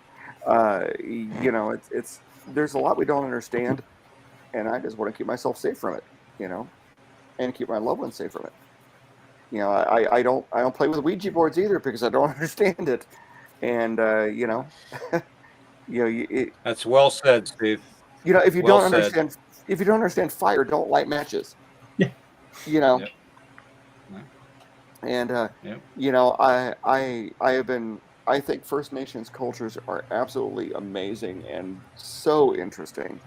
And from an anthropological standpoint, I want to understand as much as a fat white Irish guy can understand about it. And the oral tradition is so rich. It's there for a reason. There are thousands of years of heritage that are being recorded or being practiced for a reason. I'll never understand it, but I'm sure as heck not going to write it off. Oh, it's that damn savages stuff. No, no, it's not. We tried to warn Columbus and everybody when they first came here, but they wouldn't listen to us. Well, and look where we are now. I mean, when the first Norsemen arrived, like the natives were telling them, hey, like there's some weird shit that goes on in the woods, and the Vikings were like, are you sure? And they're like, yeah. And then there was several different accounts of Vikings running into things in the woods in the United States or in North America at the time. They're like, they're like, we don't really know what this is, and we don't like it. From the journals of Leif Erikson, that may have been what ran off the Viking colony in Vinland, is attacks by what they referred to as Skraelings. We originally they thought that was what the Vikings referred to the Native Americans as, was Skraelings, but it wasn't. The descriptions of the Skraelings, and these are from Vikings who were known to be huge, swarthy, hairy guys. They described them as massive, hairy creatures that basically attacked and killed them. And the Vikings, I believe that's why the Vikings fled Vinland, was coordinated attacks by Sasquatch. See, I was thinking of something the other day when I was reading some of the transcript, if you will, from a previous podcast, and I don't know a tremendous amount about the zoology of Europe, but to my reckoning, they don't have bears in like the UK and Ireland. They did. That's why. That's what those hats, the Queen's Guards hats, are made out of. Okay, they hunted them to extinction. Do you know what kind of bear they are? Were they black bear? Black bear. Okay, that works perfectly. Okay, so let's say I'm an Irish immigrant. I'm coming to this country, 17th century, 18th century, and I know about black bears. And then I come to North America and I encounter a grizzly. That's a black bear on steroids. Boy, that's a big fucking bear. Exactly. What kind of out-of-body experience will that be? It's like, oh yeah, we've got bears. They're black. They weigh about 200 pounds. Holy shit! This thing weighs as much as a Volkswagen. And it's like, so then you go down the road and you talk to your Native American friends who happen to be in the village nearby. It's like, oh yeah, the grizzlies, the such and such spirit, and it'll do this for the harvest, whatever. It's like, it's 14 feet tall. I don't give a shit. Or whatever. Stayed away from it. But makes you kind of wonder what those Native Americans are eating to feed the bears. Well, if you ignore that culture, what ramifications does that have? You want to talk about big bears? I wonder what the difference between someone seeing a black bear for the first time and someone seeing a polar bear for the first time. Bear, a short-faced bear? Yeah, I mean, there's stories of sightings of the short-faced bear up in Glacier National Park. It makes me wonder if some of that remnant population of the short-faced bear still exist, and that was a bear that stood close to 20 feet on its hind legs. Right. Well, there's still sightings of what the Mexican bear that was extinct. That the ranchers have them on video and camera. Well, where I'm going with that is let's say you're an immigrant. And your perception of a bear is it weighs 200 pounds and it eats berries. And then you're encountering an Inuit person who's like, oh, no, bro. Bear's 12 feet tall and it eats you. Right. And you're like, yeah, whatever. You're a savage. If you ignore that knowledge, if you ignore that tradition, if you ignore that heritage, that's not going to end well for you. It's going to be a horrible, horrible thing. Chairman Meow asked what a short-faced bear was. It was during the age of Megafauna, when animals were reaching massive size. The short-faced bear was very common in North America and could easily reach heights of 20 feet on its hind legs. Just a massive bear. Got another super chat from William Bedard. Hey, thank you, man. That's much appreciated. Yeah, he had a comment too. He said, hit the wrong one. Said, 46 Steve, not sure what you're doing, but limited. I love it. No, the Field Museum in Chicago has an exhibit, a room about the megafauna, and they've got a giant sloth. It's not a taxidermy thing because it's not an actual specimen, but anyway, it's a furry artifact, made based on the scientific information we have, and they have a short-faced bear there, and you can stand up next to it, and it's absolutely ridiculous. And I remember I went up there to tour the place right about the time that your first book came out that had Kodiak in it. Him morphing into the short-faced bear. His alternate shape was a short-faced bear. I was like, oh my god. William and I were actually just discussing megafauna on his show last night. There was a species in North America of gigantic baboon, which I think may have evolved into what we consider the modern gugway. Yeah, it makes sense. And it was massive, way bigger than modern baboons. And we know how violent those things can be. Yep. Gigantus Princess? Yeah, I can't remember the scientific name for it. Gigantopithecus, are you? Gigantopithecus was a species very similar to orangutan. They think came across the land bridge from Asia, which they think is one of the possible explanations for Bigfoot. But the Gugway has the pronounced snout like a mandrill or a baboon, and I think it might have descended from that Megafauna baboon. Very possible. Interesting. Well, isn't that special? So earlier we were talking about someone who had an encounter with something outside of their house when they were whistling. Mm-hmm. It reminded me of something, and I didn't want to interject with it because I figured we were moving along just fine. But the other night, whenever I was streaming, one of my subscribers actually came into my chat, and he was saying that he went to go let the dog out and have a smoke. And while he was sitting out there, he could hear something whispering his name from the tree line, which he said is just a stone's throw from his porch where he was standing. That's one of the indicators of a Wendigo, that they could mimic other voices. He said something was whispering his full name from the tree line, or it could mimic the voice of other people. Yeah, I actually worked that into Curse of the Wendigo. So are these things? Are they just mimicking what they've heard? I mean, like, is it like the Predator? Yeah, where. Yeah, it's just mimicking it. Okay. It Are you doesn't have sure? any I mean, have you supernatural given any knowledge. of them an IQ test, or? Well, from what I've read, I think Have it's you- just mimicking it. Okay. William, what check do you their think? degrees and diplomas to see, maybe Check they're. the papers. Getting philosophical now. I had something call my name in a house once years ago, but I don't think it was large and hairy. Yeah. Well, I was thinking, okay, if DA and I were in the woods and something scared the hell out of me, I'd be like, oh, DA, what the hell is that? And then I hear the creature going, DA, what the hell is that? That's a little different situation as opposed to me never speaking and then calling DA by name. There's a certain creep factor that ups a little bit there. If it has some. Oh, you got to ask yourself too, Steve. How's he know the guy's name? Right. Did he hear me say it, and is he repeating it? Right. Mimicry is common. I was reading an article today about these African parrots that were in this particular little park area, and they had to remove them because they would cuss people out and then laugh. Can you imagine how freaked out the first guy that heard a parrot talk was? He had a few days, didn't he? Yeah, this guy can do it turned to too. the drink often and early. Oh my God! Well, in St. Louis, the Grant's Farm, it's a heritage property that belonged to Ulysses S. Grant, and Anheuser-Busch, the Bush family bought the thing. Well, as part of their thing, they have a beer garden, a barring house, and at the barring house, they have cages with myna birds in them. And myna birds are mimics like like parrots and cockatiels and that type of thing. Well, they'll mimic, and so they hear people say. So as you would expect, some drunk asshole has taught them how to swear.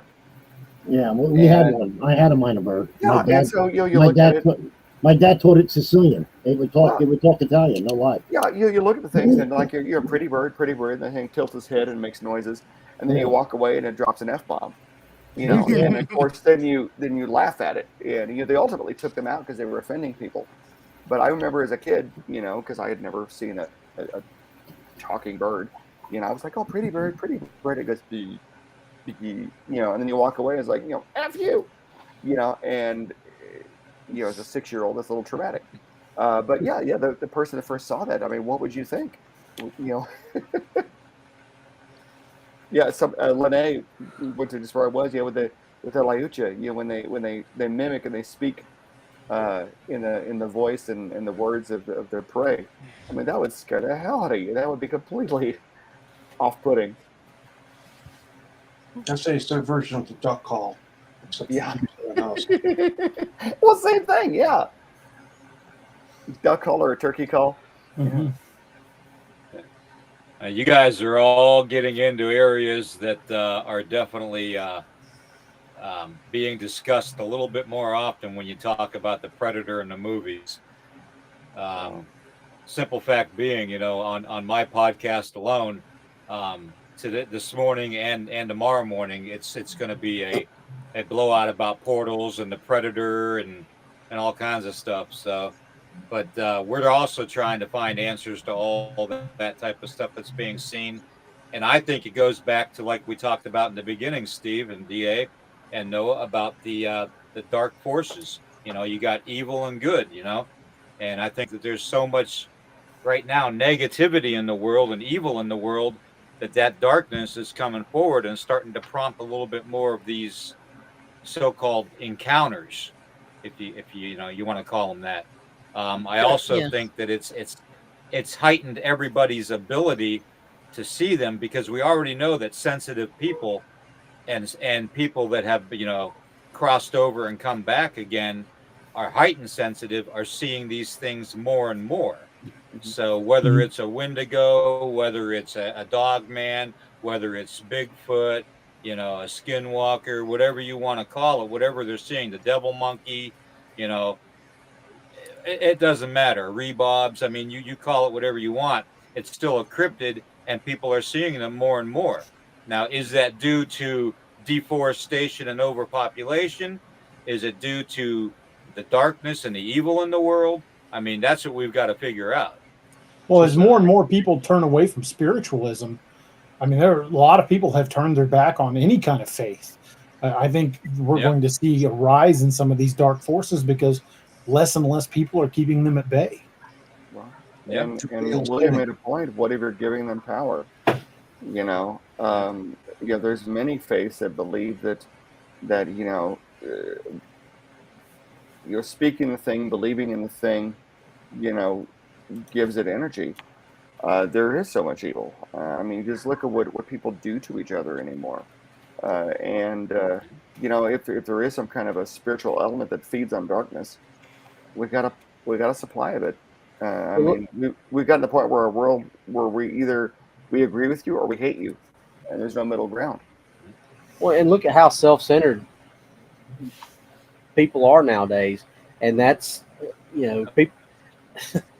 You know what I'm talking about? Yeah, that's the manifestation of a lot of this stuff, because it's all about me. What can you do for me? And we've turned away from helping everybody, and it's like DA, you and I are talking about this. Sightings are on the rise. There's things are happening in this world right now that is just dark things are in motion. Yeah. Mm-hmm. Oh yeah. I mean, it's like if you don't have a good heart, you weren't raised the right way. Yeah. I mean, it's like all of us. I mean, DA knows, Robbie knows, Steve knows. I think everybody knows. I would do anything for anybody on the panel if they asked, within my power. We're all the same tribe. You know, I mean, I would do what I had to do to help anybody. It's I've seen evil.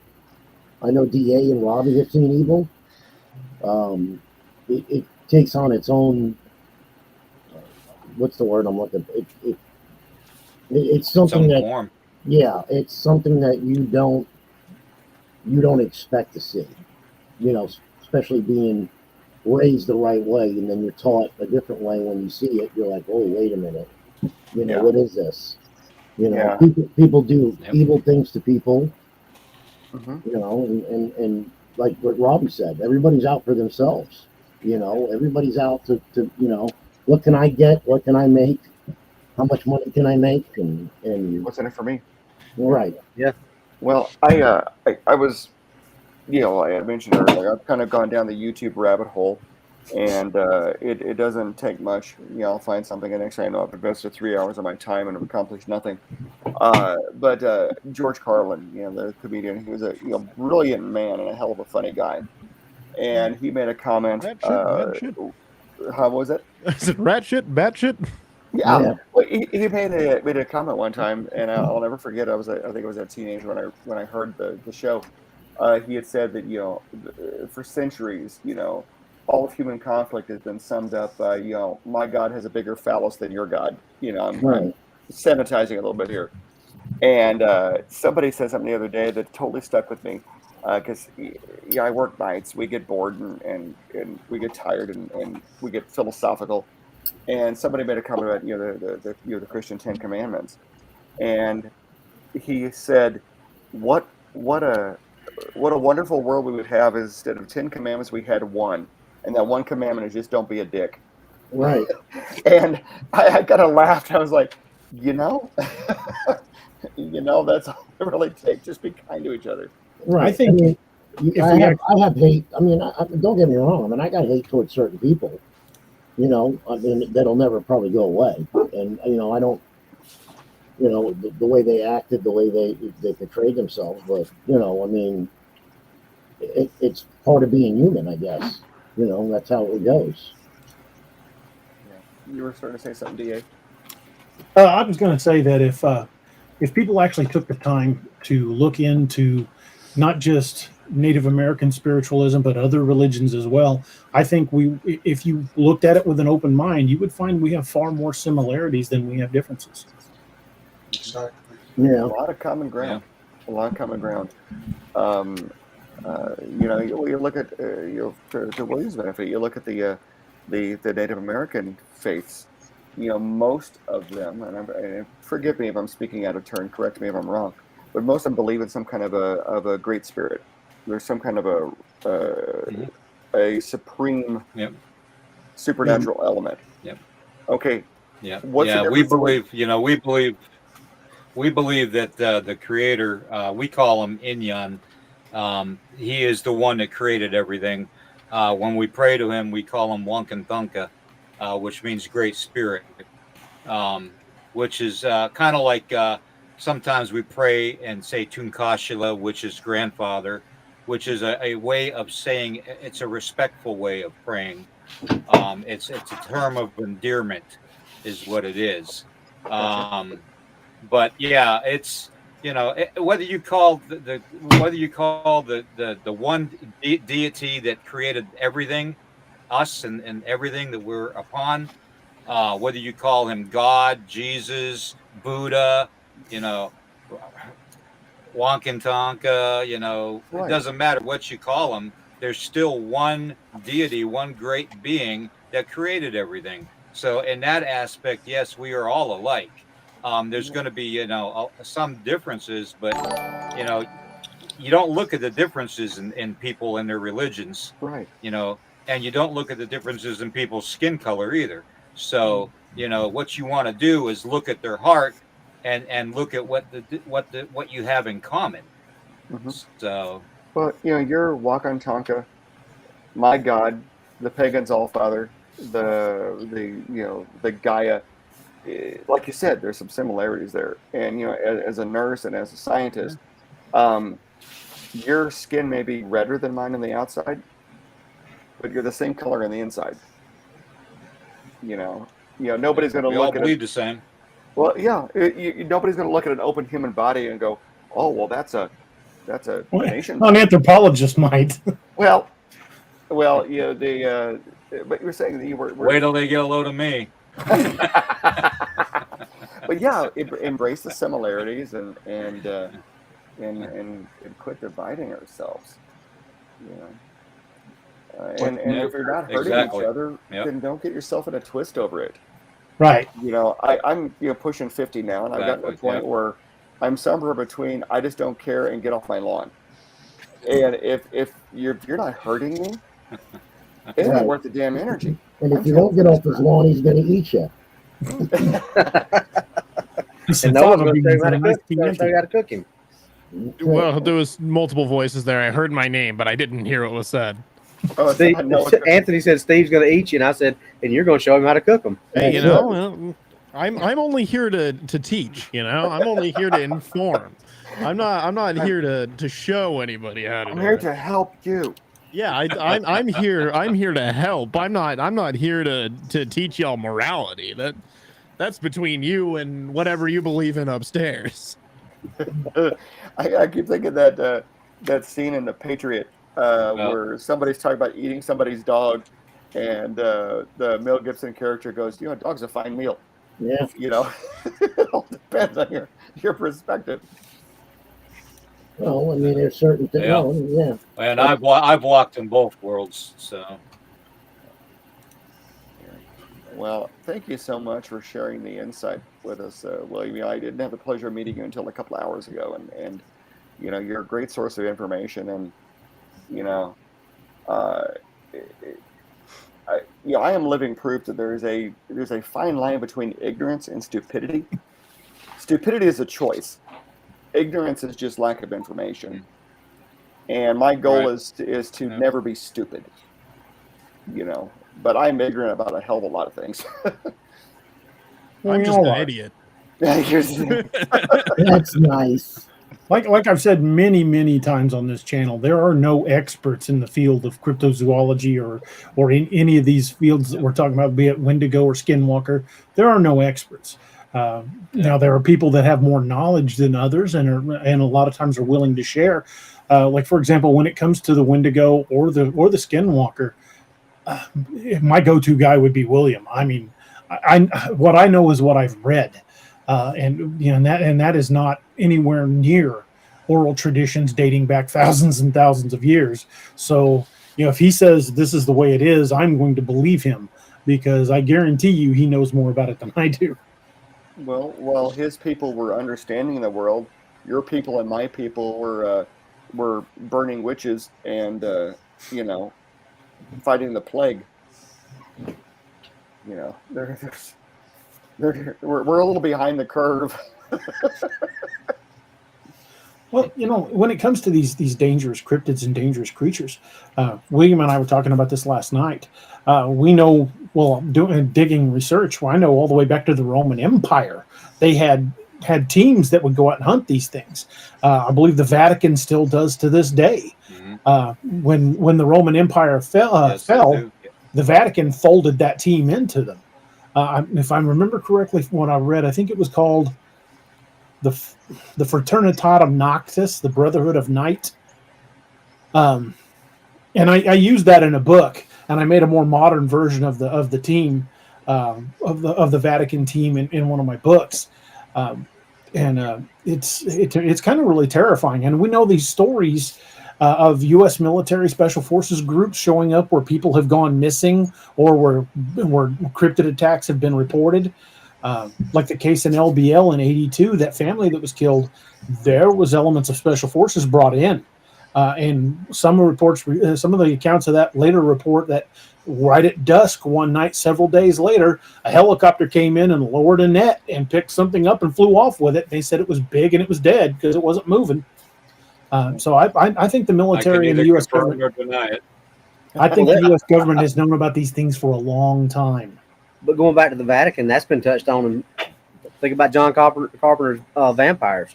Mm-hmm. That was a Vatican team that was tasked on hunting vampires. I mean, you don't just pull stuff like that out of nothing. I mean, everything's got some kind of basis in truth.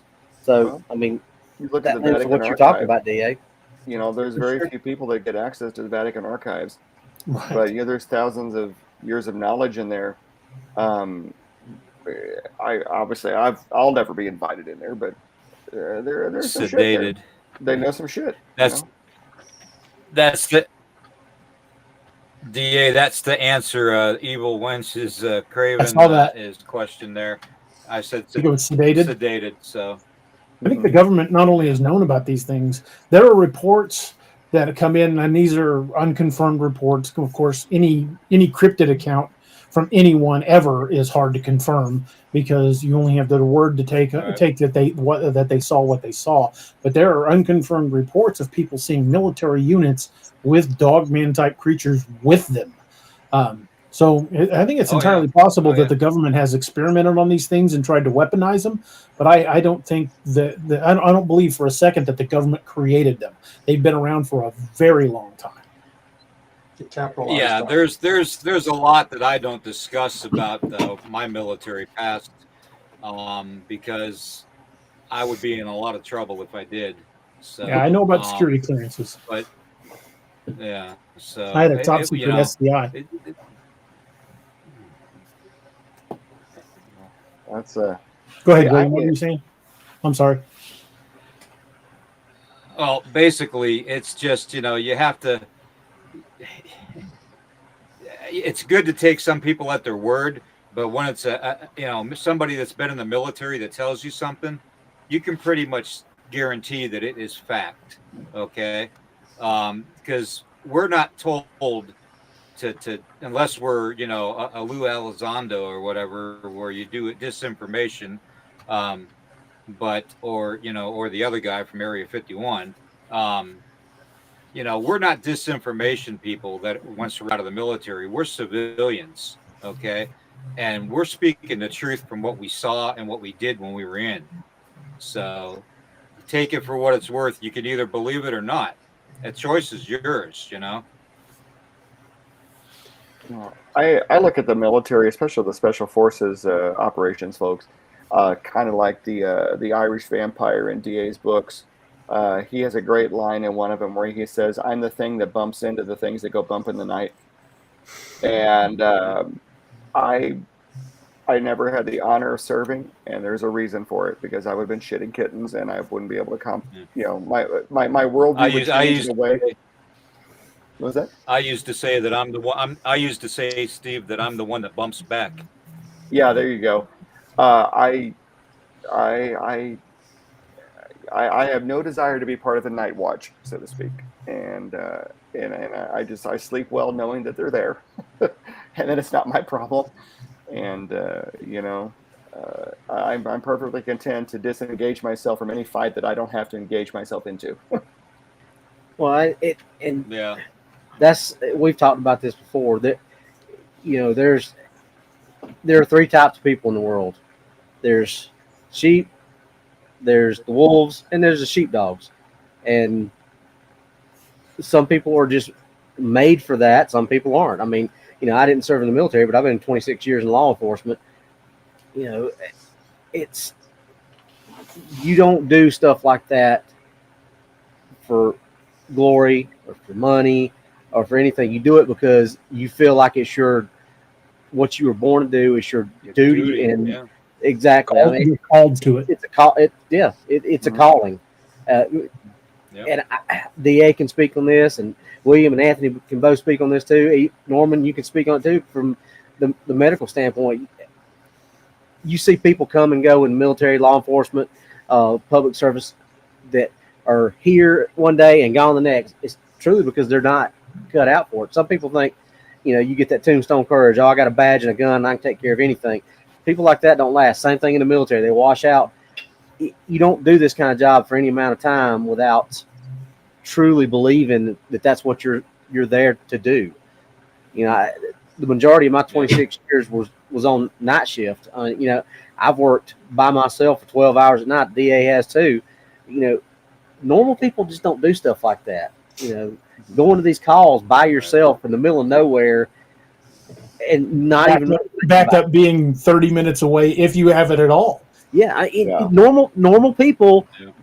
So this is not a knock on you, Steve. This is just normal people are not wired to do stuff like that. No.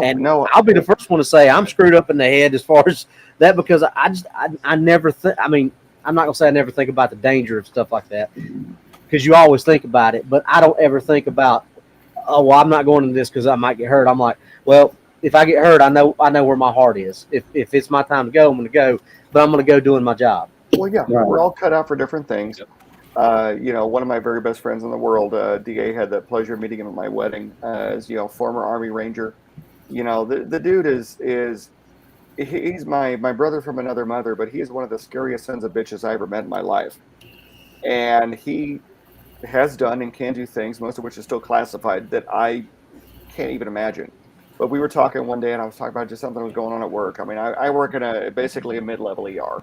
I work in an ER light. And he's like, dude, I could never do shit like that. He's like, the stuff that I do in my day-to-day life is like, oh, I could never do that. We have these places we fit in, and my calling is not to defend the free world with classified weapons. My world is what it is, and I'm thankful that there are people who fit in the right place that can do that stuff.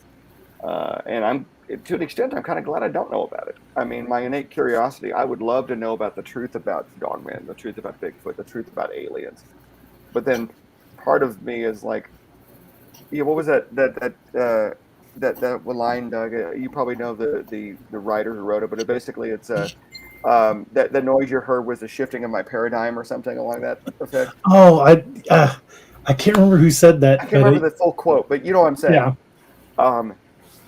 You know, some of us are blissfully ignorant. Let's keep it that way.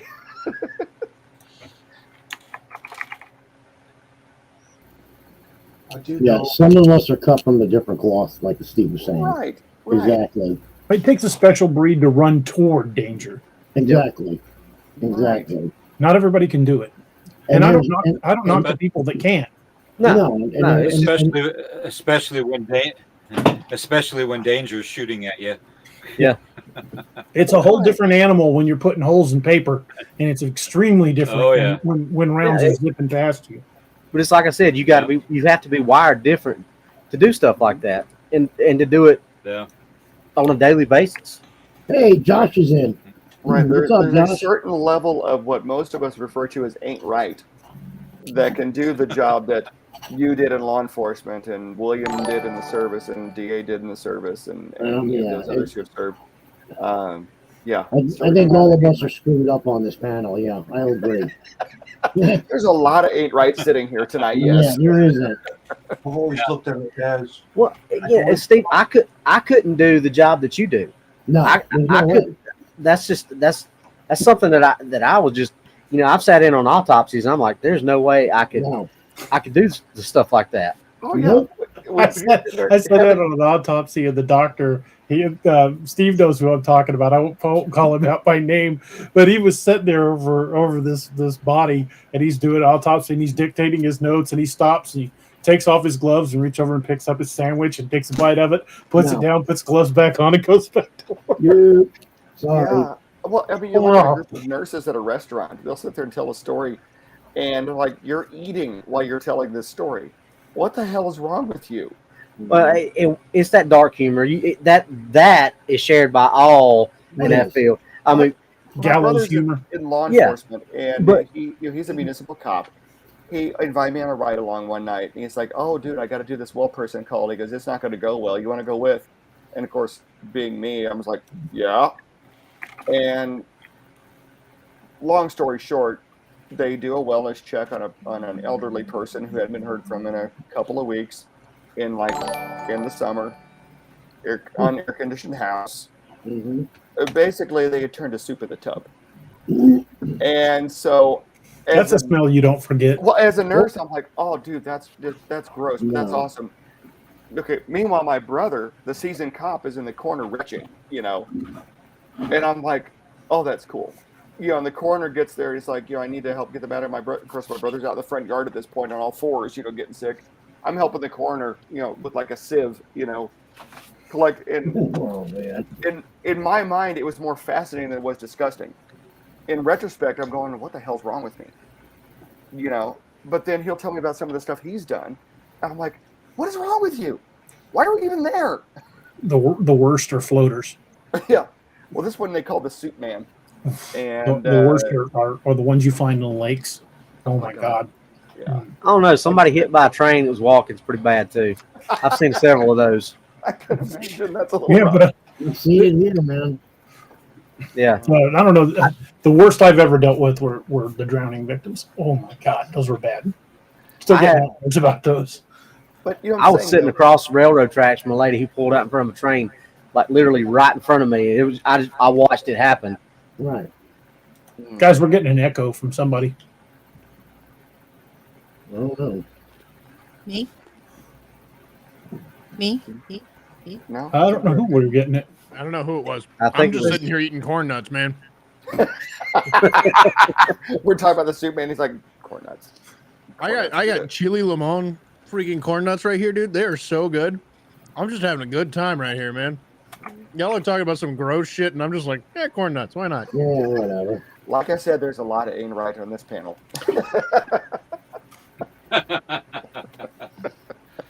None of that shit's ever bothered me, man. Hell, when I was working at Lauren Cook, I got you might still be able to see the scar across my arm right there. Nah, it doesn't look like it's showing up on camera real well. But I had a piece of sheet metal that got me across my forearm right here, right before we took lunch. And so I'm over there just eating my sandwich while I'm just like pouring blood out of my arm. Like, this probably isn't good.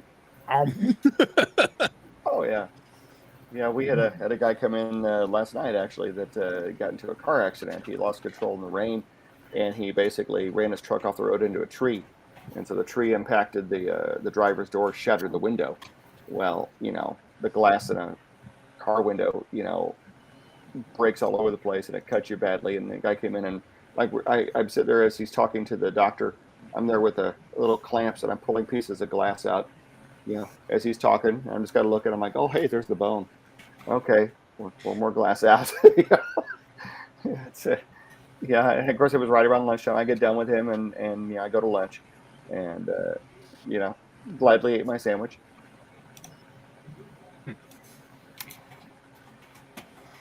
I wanted to kind of redirect this back to Wendigo talk because we kind of got off on a tangent. As we usually do. Yeah. As long as I can keep eating my corn nuts. That's on you. You keep eating your nuts. Dude, I love having a mouthful of nuts. What can I say? Oh, I'm bored. All righty. No, he hit it. Me too, Noah. Oh, I didn't expect that. I didn't expect that one. He just thought that came to my mind as well. He's his father's son. I can't. DA's not even reacting to that one. He's like, sorry, I tried to do like 3 things. It's okay. It's That was bad. because I can throw you under the bus and you don't respond. That's bad. It's like that old joke. You want these? And everybody's like, want what? These nuts. Oh, Lord. We're children. Oh, I can't. That was a good one. That was a good one, Miss Finn. I didn't expect that. Yeah, it was bad. I'm sorry. I regret it. Oh, okay. I'm going to have to take a break from the spicy ones and switch to normal ones because my mouth is on fire right now. That's what she said. Hey, sometimes you got to avoid someone's spicy nuts. I just Don't go there. Myself. Don't go there, Miss Finn. She's ready. Aren't you proud, DA? It's just like, what are we talking about? He's like, I hate I'm a all good of Christian woman, and I need to act like it, and I ain't doing a very good job tonight. Praise Jesus. That's all I got. DA's doing exactly what a father of an older son does that's over 18. Like, Ignore. Right. Yep. My oldest son, since he was about 7, has this. It's a look that he gets on his face that he calls the happy place when Mom starts talking, and he just kind of dazes out and ignores what I'm saying. And See, you think that he ignores me when I get like this, right? But you should hear me and him bantering in the car. It is some of the weirdest shit on the planet. It's like me and my dad when he was alive. It's the same thing, man. I can fight, I can argue with him, fight with him, and then 5 minutes later, it's like, so what do you want for dinner? It's like, it's just, that's how it is. Yeah, my dad and I are like that. We're a little too much alike, and we'll butt heads Exactly. occasionally.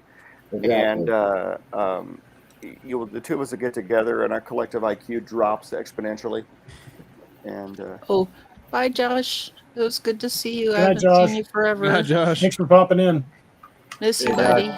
so, Lene's got a good question here. What are the earliest legends of the Wendigo? Like, how far back does this stuff go?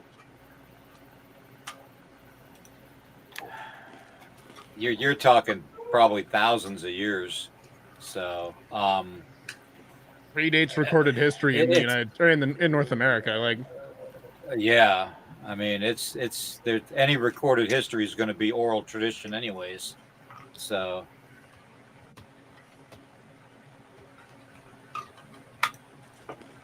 I mean, it's the same thing as if I asked you, when did the song "House of the Rising Sun" originate?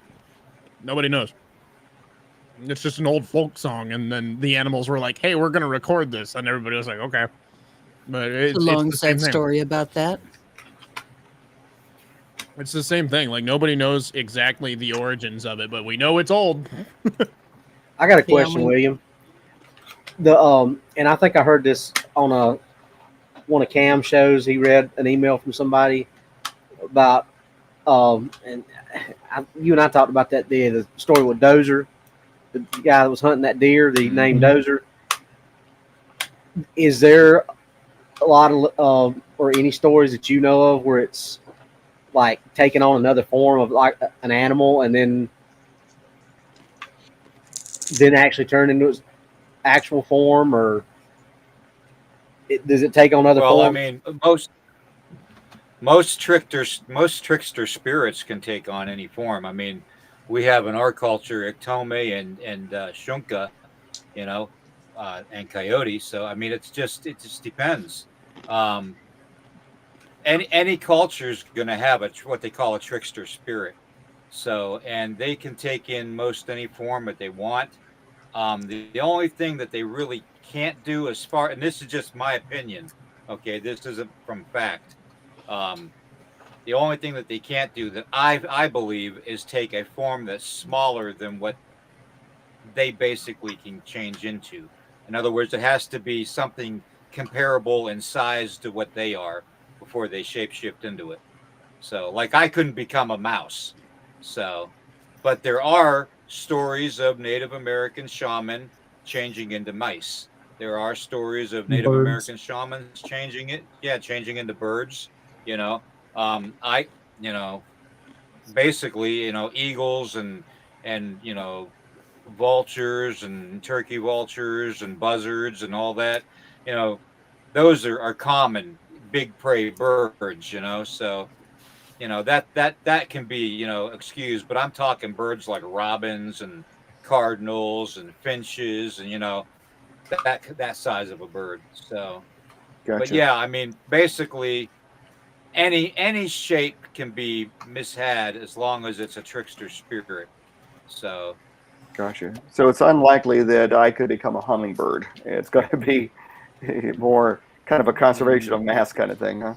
What do you guys think the possible relationship between Wendigo and what they refer to as not deer? Yeah, and I was actually going to bring that up too, DA. So, yeah, the not deer. In fact, I had that one incident outside the house here about a couple months back. I think DA, you and I talked about that briefly, about the deer outside screaming and all that, and but the not deer. You have to take in consideration too that what if it's just a mutated disease like Noah was saying earlier, chronic wasting disease. Yeah. What if it's just a mutated chronic wasting disease that's doing it? What if it's not something spiritually or supernaturally charged that's changed into that shape? So it would be like chronic wasting. these are all things that we have to consider. I mean, we got to think outside the box on everything. And it's like I tell everybody, that listens to my podcast is, you got to question everything and you have to seek the truth. If you go through your whole life expecting others to answer the questions that you have, you're not going to get anywhere and you're not going to get any truth out of it. Right. Well, and it always floors me when you get somebody who is a self-proclaimed expert on one of these things. Like an expert on, let's just say, cryptids. Okay, by definition, they're an unknown animal. That's what cryptid means. And it's like, I'm an expert on that. Oh, okay.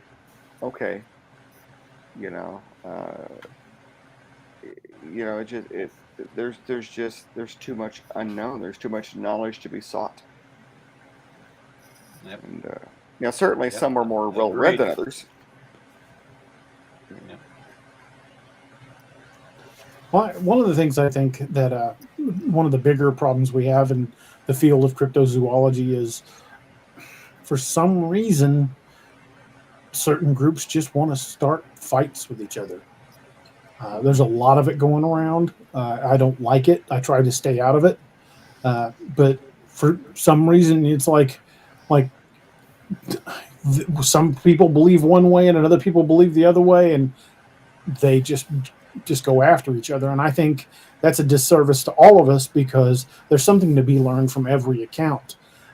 Even the ones that people refer to as the woo. Just because you don't think it's possible doesn't mean it didn't happen. There could be logical explanations to it, or it could be something completely metaphysical. We don't know. And for us to tell other people, oh, you're full of crap because you don't believe the way I do, is just a disservice to this entire field. Hey, Doug, you think it's possible that there is a dissimulation group going around that is trying to break up the groups because we're getting close to something? I think that's entirely possible. Disinformation caused unrest, similar like Bob Lazar, discrediting him. Mm-hmm.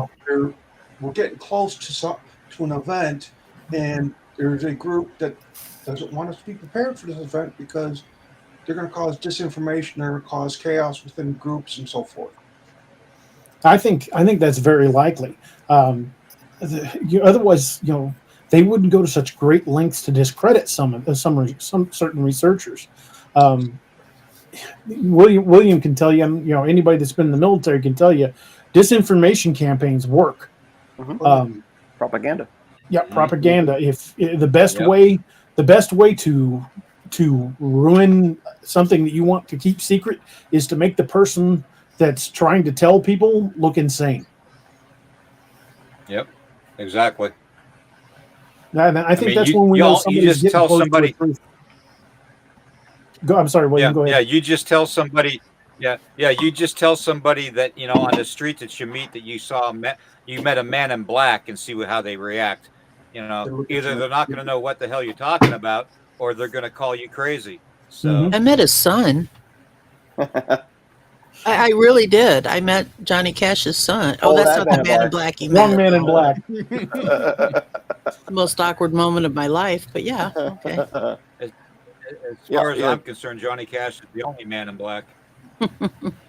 Yeah. Roy Orbison. There you go. You compare it to the UFO campaign. They use a lot of disinformation. I think something else that happens is not just to make the other guy look crazy, but to put people who act crazy into the group as, we don't have to make that guy look crazy. Look at this guy, and we're going to tie everybody to this guy. Right. And so, I think a lot of that happens. Yeah, you got they plant the one idiot to discredit. It's happening right now within our government. I take it personally because I'm always in this show. No, I'm just kidding. You get one guy who poses the opposing side, right? You get one guy even playing devil's advocate, right? That plants the seed of doubt in everyone's heads, and they're like, "What if this guy's not right?" Then immediately, like no matter how outlandish the devil's advocate is, no matter how crazy he sounds, there's going to be a bunch of people who are like, wait a minute, maybe this guy's incorrect, and it immediately discredits it. Well, and also the sad thing is I could go in the backyard, take a picture of one of the bushes at the back of my fence, draw a red circle somewhere on that picture, and 25 people are going to claim they see Bigfoot in it. It's pareidolia, and all the red circle photos really kind of do a disservice. I mean, if you zoom in on anything enough, your mind is going to find patterns. And I don't think we're intended to get clear photos of these creatures. I think they've got the ability to not necessarily phase into another dimension, but I think there are elements to their fur that bend light and make it very, very difficult to get a clear photo of one unless it's standing in the open like Patterson Gimlin, if it's wide in the open and walking where you can see it. If it's in the woods and it's picking up the light of the green around it, you're probably not going to get a clear picture. And unfortunately, there's so many pareidolia pictures out there. Go ahead, William. DA, you also got to remember too, though. I hate to interrupt, but you got to remember too that humans can only see between 430 and 770 terahertz. Mm-hmm. Okay. And we're only seeing like a tenth of the visible light spectrum. Yeah, and we can only hear between 20 hertz to 20 kilohertz. So I mean, think about how much is going on around us every single moment of the day that we don't see and that we don't hear. Right. Exactly. Well, it's like with the Ron Moorhead, the Sierra sounds. When he had those analyzed, the cryptolinguist from the Navy said, "Yeah, this is a language, but it possesses peaks and valleys both above and below what human speech is capable of. So we can't duplicate this. It's not. There was no way that was a human." Right. Right. Well, and something to consider about these photos too is human nature. I mean, I've got a late model iPhone. Arguably, I've got a pretty damn good camera in my pocket all the time. Along with access to Reddit and whatever other crap that you put on your phone.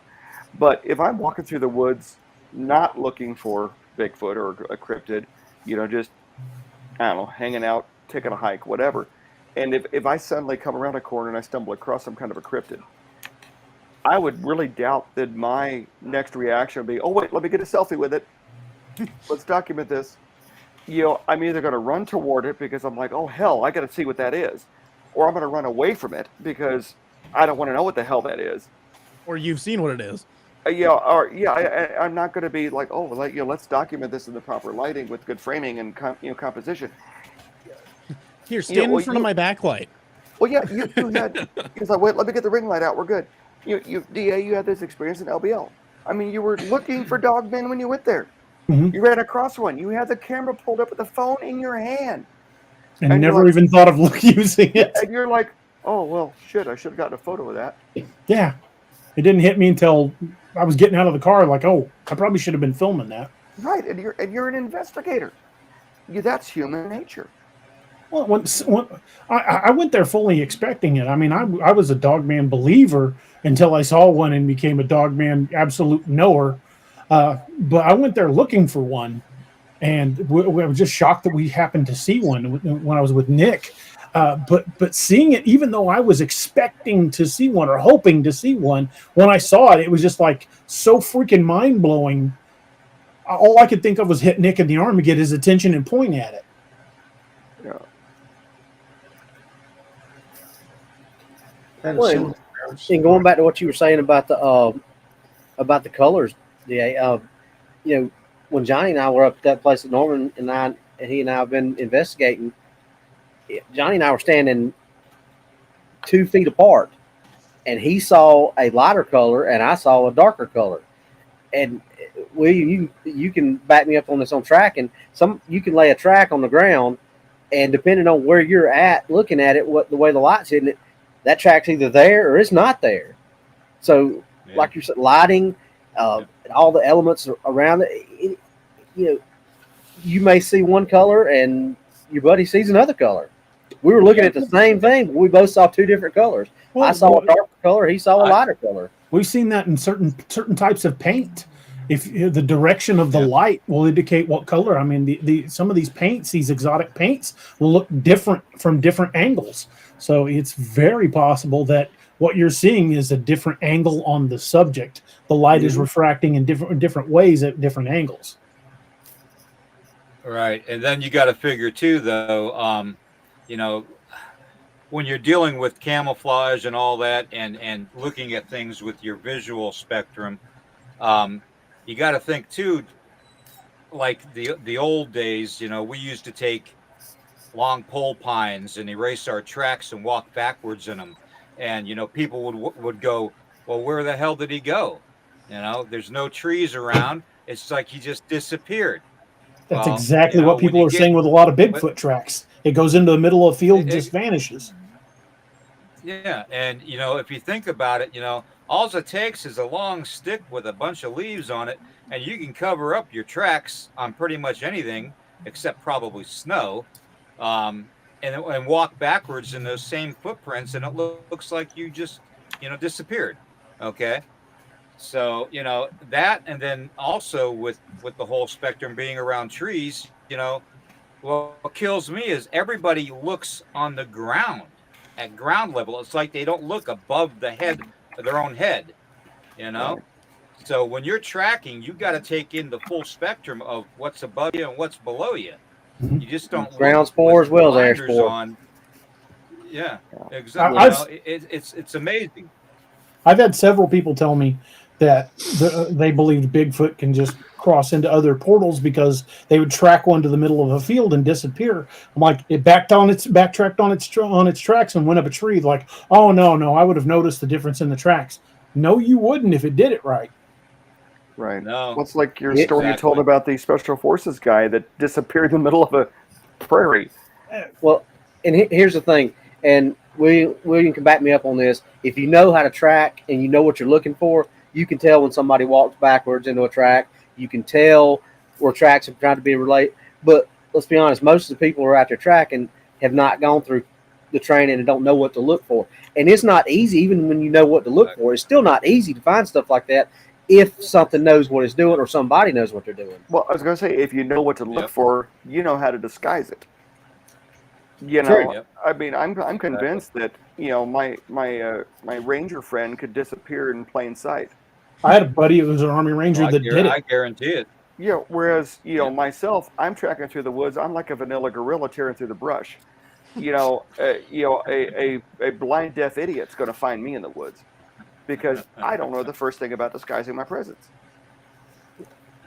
I'm killing William over here. Sorry. Most people don't know the details to look for that somebody that's trained or knows how to track can look for. They'll see a print and they won't see the defining trace of this track.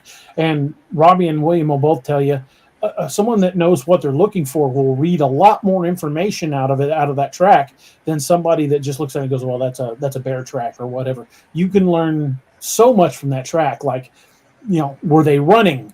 There's how they were displacing their weight. Yeah, there's a million and one details of these guys that are trained trackers, and I will say Robbie and William are much better at it than I am. I was fairly good at tracking deer that I shot, but when it comes to being a man tracker or tracking one of these creatures, it would take a trained tracker because these things don't want to be found, and they know every trick to use.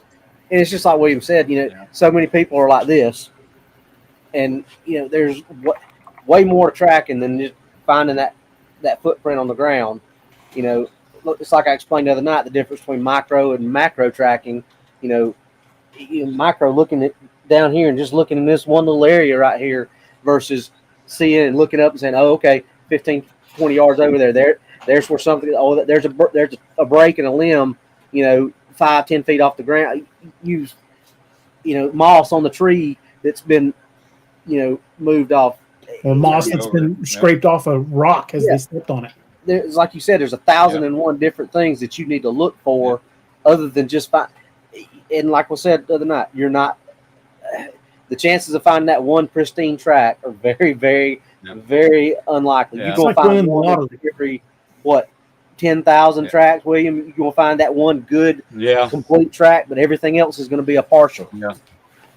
Yeah, a good tracker is going to look for an overturned leaf, but an excellent professional tracker, an extra special tracker is going to look for the stem on that leaf to have a little bend in it or a break in it, or something vegetation else. matted down that's starting to come back up, where it's telling how long it's been that something's walked through there. Yeah, it's just like you said. There's 1,001 different things to look for. And most people that are out there looking for this, they're looking for that track, and they see that track, and that's as far as they go. Okay, I got to find the next track, but they're not looking. A lot of plants, when they're crushed down, will emit a different odor. And there's also the whole, if this is a creature that has been in the woods for God only knows how long, I mean it's got to be an incredible tracker. And one thing that I know a lot of people who track animals in the woods know is when there's a predator nearby that may be tracking them. So if there's this creature off in the woods, as soon as somebody starts tracking it, as good of a tracker as it is, it's going to be like, oh shit, somebody's following me. And then it's going to do what it can to. My brother Werewolf out there. Yep. Yeah, Werewolf out there brought up a good thing too about false signs. So, yeah, if we want to steer you in the wrong direction, we'll do it. You know, Easily. that's like everybody that finds all these stacked rocks and stuff and these bent over branches and all that. That's all sign. That's all sign for other cryptids of that same area, knowing which way direction was travel. You know, and the rock stacks. Okay, this is an old Native American trick. With the rock stacks, you're going to find one rock that's out of place. Okay, the direction that rock is pointing is the direction of travel. Okay, so there's all kinds of little tricks that you can learn when you're out in the woods and you experience this stuff. Okay, and I've been out in the woods my whole life, so it's something that I'm used to, and it's something that I was raised around, Sure. how to track and how to hunt and how to live and survive, basically. Yeah, and but yeah, it's just different things. People don't Small understand things what like- those stacked rock mean or anything else. or small Go things ahead, like Robbie. transference from they walk through something sandy or muddy and walk into vegetation. That transference from that dirt into the vegetation. A lot of people look at that and don't say, Yep. but that's step from one medium into the other and transfer it into the other. That's sign. That's stuff. The small, minute stuff that you have to look for. Like well, we were talking about Yep. the breaks in vegetation where something has stepped on it. The discoloration when you see a break, looking at and even going as far as to say, okay, there's a break. I wonder how long that's been. Going further down the stick and breaking it yourself and comparing the color of the break you just saw to the break you just made to see how long that's been broken. I mean, it's not just looking at a footprint on the ground. There's just so much more to it. Yeah. And like you said, as good as people like William and I can be, they're 10 times better than we could ever even hope to be. they're born to it. Yeah. They were born in Yeah. it. Exactly. And Yep. and Before you move on to the next question here, I need to slip away. My wife has got dinner, and my fat self is dissolving and eating itself. So I'm going to step away. I could stay here all night, but I need to go eat with the Steve, family. go eat, brother. But God bless you guys, gentlemen, ladies. It's been an Stay honor and a safe. pleasure. Thanks for having me. Is the neighbor Sure, it's missing good to next see you door? again, Steve. Oh, what was that? Steve, you Anthony? take care. I said, is the neighbor missing next door? Is he all right? Well, tonight we're kind of long short. I'm just asking. No, but it's always a pleasure, guys. I will be seeing you next week. I'm hoping to see my family out of town, but I will try to take a sneak peek of the broadcast after the fact, and it's always fun, guys. You make my night Thanks, every Steve. time. Thank you, brother. Love you, brother. Stay Enjoy safe. it, Steve. Take care. Okay, guys. William, there was a question for you from Lene Perkins. She says, is there any significance behind seeing and having red-tailed hawks following you for years? However, I can never find it in my camera to get a picture.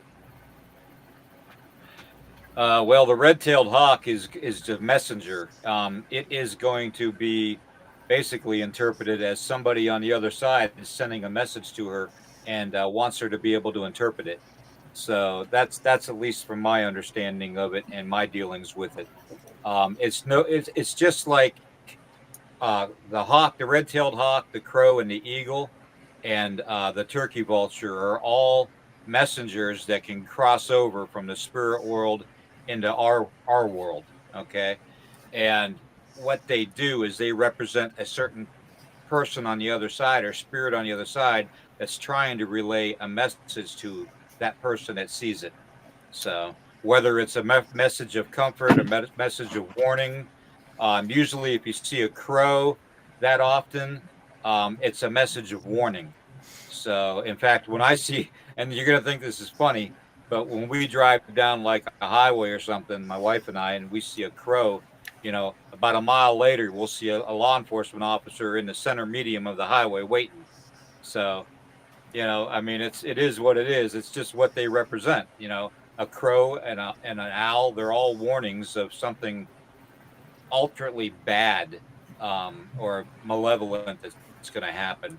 Yep, them put that cops. person You Yep. know them cops. Yep. They sit in the middle of the medium. You know how they are, right, Robbie? Yeah. That's right. Yep. Yep. We had one No that good son of a guns. liked to sit on our back patio for a while. A cop? Yeah. No, red-tailed hawk. The cop who just posted up on our back patio for a while. I don't know what he was doing. Just sitting back cooking there, dinner, taking notes. I don't know. But, we did have a hawk that sat on our back patio for a while. It was kind of fun. Richie Evans wants to know what everybody's going to do with the holiday, Labor Day. Family. Working. I think I'm going to grill bratwurst.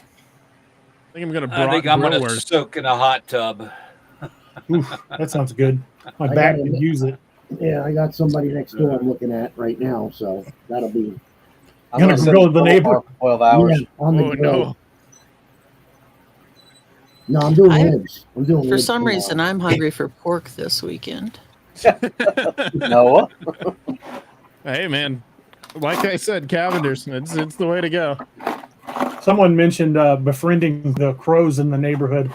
About a year ago, every time I would go outside, I would notice all these little shiny rocks, and I started collecting them. I got a bunch of them, and I couldn't figure out where the heck they were coming from. And tried for months to figure it out. And finally, I asked Noah, and he's like, "Oh, I've been going out and giving bread to these ravens that are in the area, and they were bringing these shiny rocks and leaving them on the porch." I'd bring him food. I'd bring him corn. I'd bring him bread. Like, it didn't matter. Which is why every once in a while we'd go outside and then we would just hear like random calls from these birds, up and including like hearing them going, "Hey!" We're like, "What the hell?" Hey, where's the bread, man? They were saying hello. Guys, I have to follow Steve's lead here. I've got a couple of issues that have come up in my emails that I got to take care of. Okay, well, we're after the 2-hour mark, so we're going to start winding down anyway. But Naoma, thank you for jumping in. Naoma, good to As see you. always, you're awesome. Good to see you guys. Yeah. I guess that's about it. So you guys have a great night, You and too. thanks for having me. And I will see you again soon. Have a good night. Good night. Bye bye. Night, Nemo.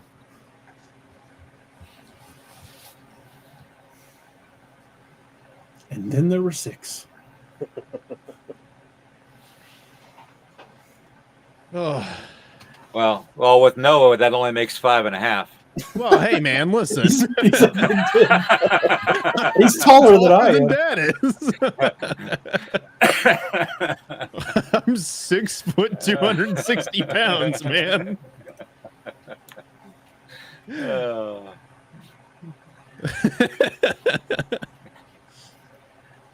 Oh man. Oh, something else I was going to ask about Wendigo. I've heard accounts as far south as Colorado. Do you think that they travel the mountain ranges, or is it something that is localized to that area? Who are you putting that out to? Anybody that wants to jump on it. From what I understand, I mean it's mostly just trying to find somewhere to survive. Like it's a lot of just finding somewhere to call home. So I mean, like caves in the mountains, abandoned mine shafts, stuff like that. I mean, like who's to say they don't migrate? You know what I mean? Well, I would say also too that they would follow their instincts, and since Wendigo is based off of feeling other people's emotions and stuff, and basically, knowing when somebody's possibly suicidal or sad, or that kind of an emotional state and a weakness, or greedy is another reason. Then that's where it can actually derive its food source, basically, which is us. So. Stephen Rivas had a question. He says, "I have a question. Is it possible the military may have obtained hair samples that render the user invisible, like a cloak of sorts?" We've been trying to work on light refracting technology for a while, and the only promising sort that we've got is for a non-moving, not even really a person could use it. Like we're talking like Stationary objects. Completely stationary objects, because any movement on their part will completely screw up the light refraction, and it'll cause like it to be almost entirely visible just because it's like, oh, hey, what's distorting all the light over there? Yeah, I don't think they're meaning technologically. I mean, I think they're talking that a Bigfoot or Dogman have this natural hair, like a polar bear, that absorbs and redirects the light around it. Could they be using that? I don't know if Yes. it's necessarily their hair that's refracting the light or anything like that. I mean, like, think about the effect of like a mirror on a camera, right? Who's to say it's not their eyes that are affecting the cameras? Polish or German military, I forget which, has developed a technology that's sort of like cloaking, and they can actually superimpose other images on it to where a tank could look like a car or a truck. And that's come out within the last year or so. And also, Wow. I don't know how true this is, there's a Canadian company that supposedly created cloaking-like material. Yes, it's a blanket. It's actually a Right. blanket they're giving their soldiers. Yeah, it's a fiber optics blanket. Yes. Yeah, and it actually takes on the foliage around the person, but like Noah said, it does distort once they start moving. Yeah, But you have to maintain stationary. you really have to look at that area to catch it to move. Now, Anthony and Robbie probably know this in DA, but I've talked about it several times too. And basically, our military does have cloaking technology already.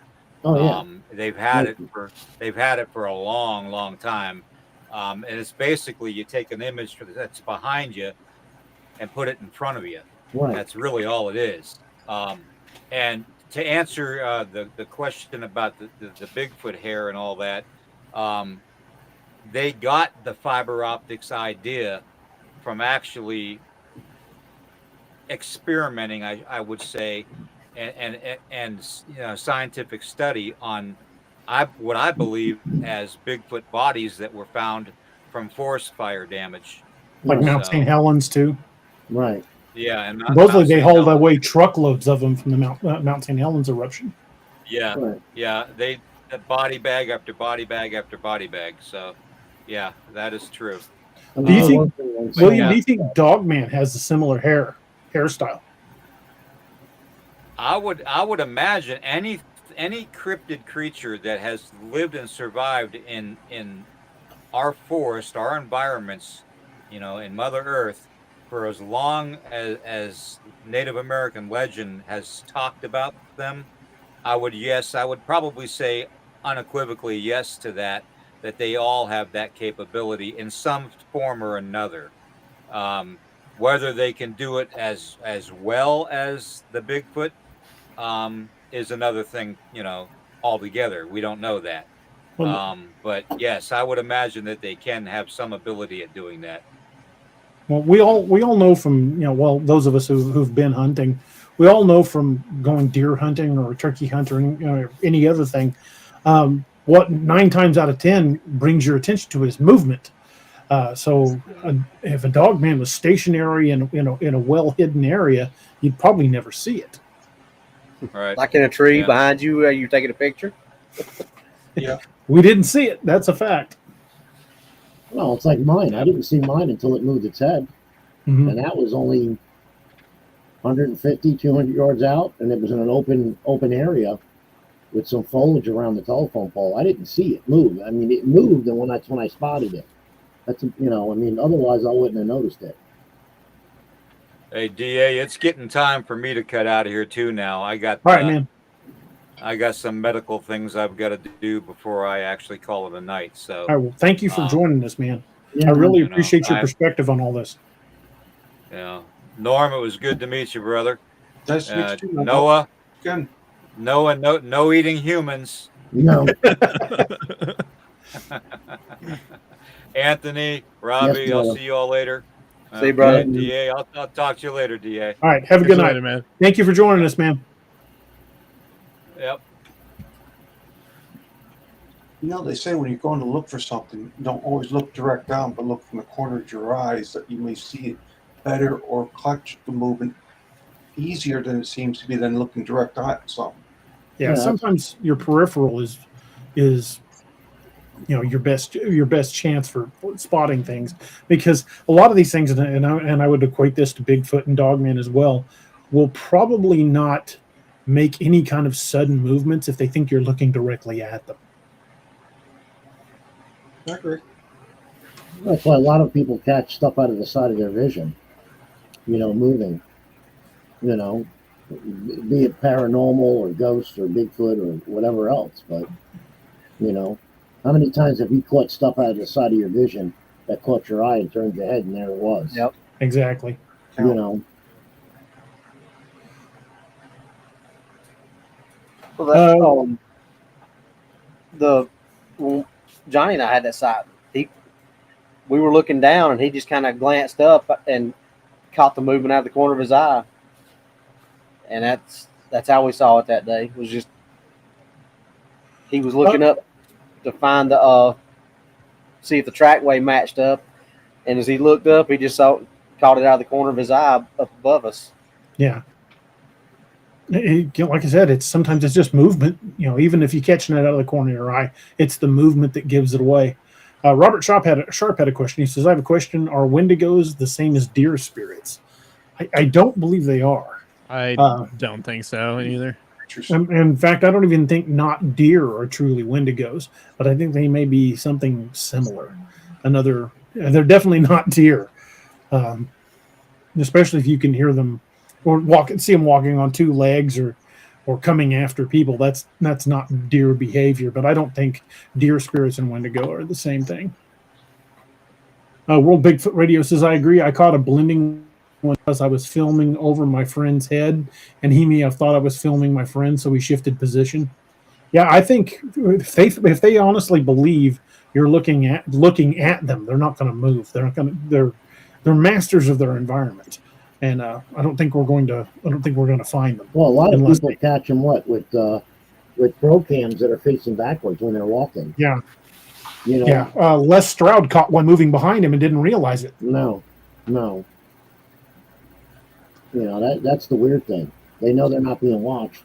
That's the whole. And a lot of researchers have been caught these things with their pro cams that are facing behind them. Yeah, I want to get a GoPro. Like when we go out, like for example, what was it yesterday or day before yesterday? Yesterday. We went out to a Civil War cemetery just outside of Springfield. It's allegedly a haunted cemetery. People have been reported being shoved. Some people have been scratched. We went out there and just everybody got an eerie feeling, and we heard some things, but we didn't see anything because we had to go in the daylight. You're not supposed to be out there at night. I don't really want to get arrested. So we didn't go. We went fairly late in the afternoon trying to see what we could get. But we've still got to go over the video from that, and we'll do a show about that once we've had a chance to analyze the video. We'll definitely be showing the video as well. But I would like to have a GoPro to put on my pack strap, one facing forward and one facing back. I think that's my best chance to catch something on camera when it doesn't think I'm looking at it.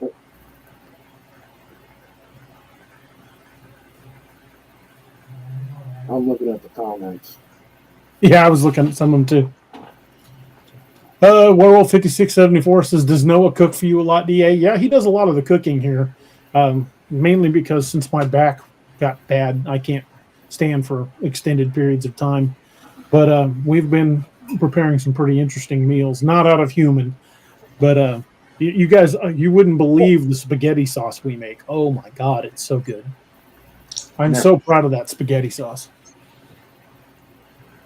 It was originally his recipe, and I've just kind of adapted the seasoning for it and like the method for it. So it's gravy. That's sauce called gravy. Gravy. That's what we call it. It's still fundamentally the same sauce that he made. It's just like, I use a different method for browning the veggies and stuff like that. Crystal McGee says, "Where are good places to go ghost hunting here?" I'm not revealing that secret. Shoot me a message offline. The list is extensive, and I want to get with Chris and set up a time to come out so I can do some filming out on your property. So we definitely want to do that like very soon. Is that your buddy with the tree break in the Yes, backyard? that's the Yeah. one. That's his wife. Anyway, we are coming up. We're past the 2.5 hour mark. I think this was an awesome panel tonight. We got a lot of really good perspective on the Wendigo, and of course, we did discuss other cryptids as well as, and we even managed to stay, for the most part, on topic. We got off topic a bit. Got a good handful of laughs in there too. Yeah, I always enjoy having a good laugh on the show, but we sometimes we've got to force a redirect to get back on topic. That's why we still have those T-shirts that say "Embrace the topic." I've got one. I need to wear it on the show one of these nights. But I want to thank everybody for coming tonight. I want to thank everybody that jumped in. I mean, we had William Nighthawk, who's an amazing guest, and I want to get him back. Robbie, Anthony, Noah, Norm, thank you guys for being here. Steve, I hope you're enjoying your meal. Thank you for being here. Naoma, thank you for joining us too. It was a pleasure having you guys on. I want to thank everybody that's been here tonight. We've still got over 100 people watching us, which is fantastic. We've got 91 likes, so hey, make sure you hit that like button. Also, if you're not subscribed to the channel, please hit the subscribe button. That really helps the channel grow, helps us extend our reach and to attract new viewers. And the more likes and the more subscribes we have, the more YouTube allows us to show up in search engines, so more people will find the show. So every like and subscribe does truly help the channel grow. We got another super chat just popped up. I'm looking at both from the. It hasn't popped up on the main screen. There we go. Tombstone gave us a $2 super chat. Thank you, brother. I really appreciate it. I want to thank everybody that gave us super chats tonight. You guys are awesome. Thank you guys so much. And remember, if you're going to go out in the woods and go looking for anything, be it cryptid, hunting, backpacking, fishing, camping, whatever you're going to do, be prepared. Take bug spray. Yeah, definitely take some bug spray. But remember, wherever you're going to go, make sure somebody knows where you're going that isn't with you, and they know when you're going to come back. Because if something happens and you're away from basic 911 services, having someone know where you're at and when you're supposed to be back can save your life. Take something to defend yourself with. Take a medical kit. I highly recommend Dark Angel's medical kits from darkangelmedical.com. Doc couldn't be here tonight.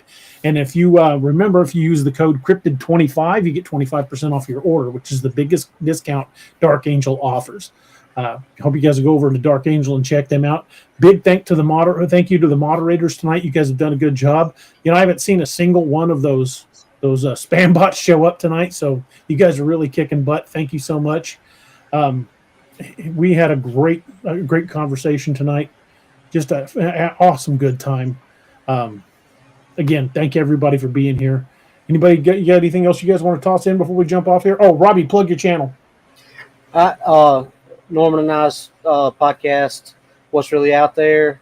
We just had the episode 6, I believe, wasn't it, Norman?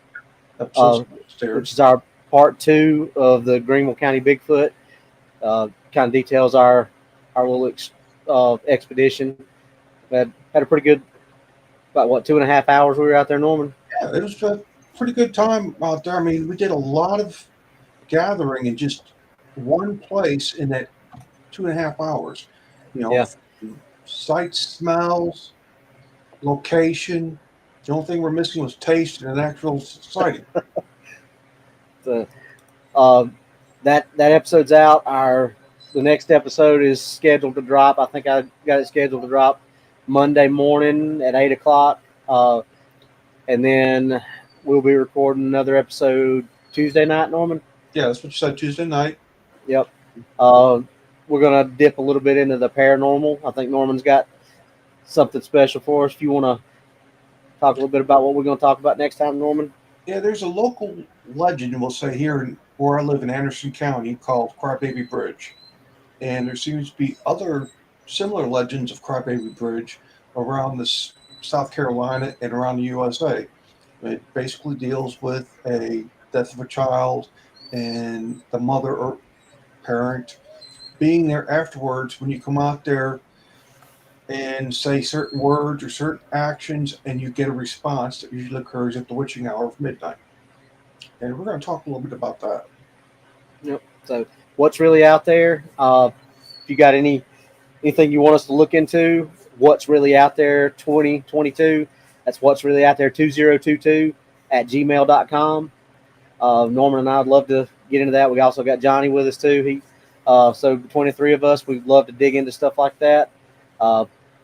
In the upstate of South Carolina is great, but we'll look into stuff at other places too. So y'all go check us out on Spreaker, iHeartRadio, Spotify, Google, I think too. Right, Norman? I think we're on Google podcast. So YouTube, there's a YouTube channel with it too. So go check it out. Noah, do you want to plug your stream real quick? Yeah, so here in probably about 20 minutes-ish, it might be a little bit before that. It just kind of depends on how long it takes me to like refill my water bottle and grab whatever it is that I want from the other room. But here in, we'll say about 20 minutes, I'm going to be going live over at my Twitch channel. You guys are free to continue the conversation about cryptids and whatnot over there. I'm going to be playing video games, but I'm pretty chat-oriented. It's not going to be like... It's not going to be like, I'm going to sit there and ignore chat while I play video games. It's going to be like, you guys want to talk about cryptids? I'll talk about cryptids all damn night while I sit there and get my ass handed to me. But, yeah, we're just kind of to continue the fun. I'm going to move over there and just start playing some video games if anybody wants to hang out. And it's at twitch.tv/Jorgamunder.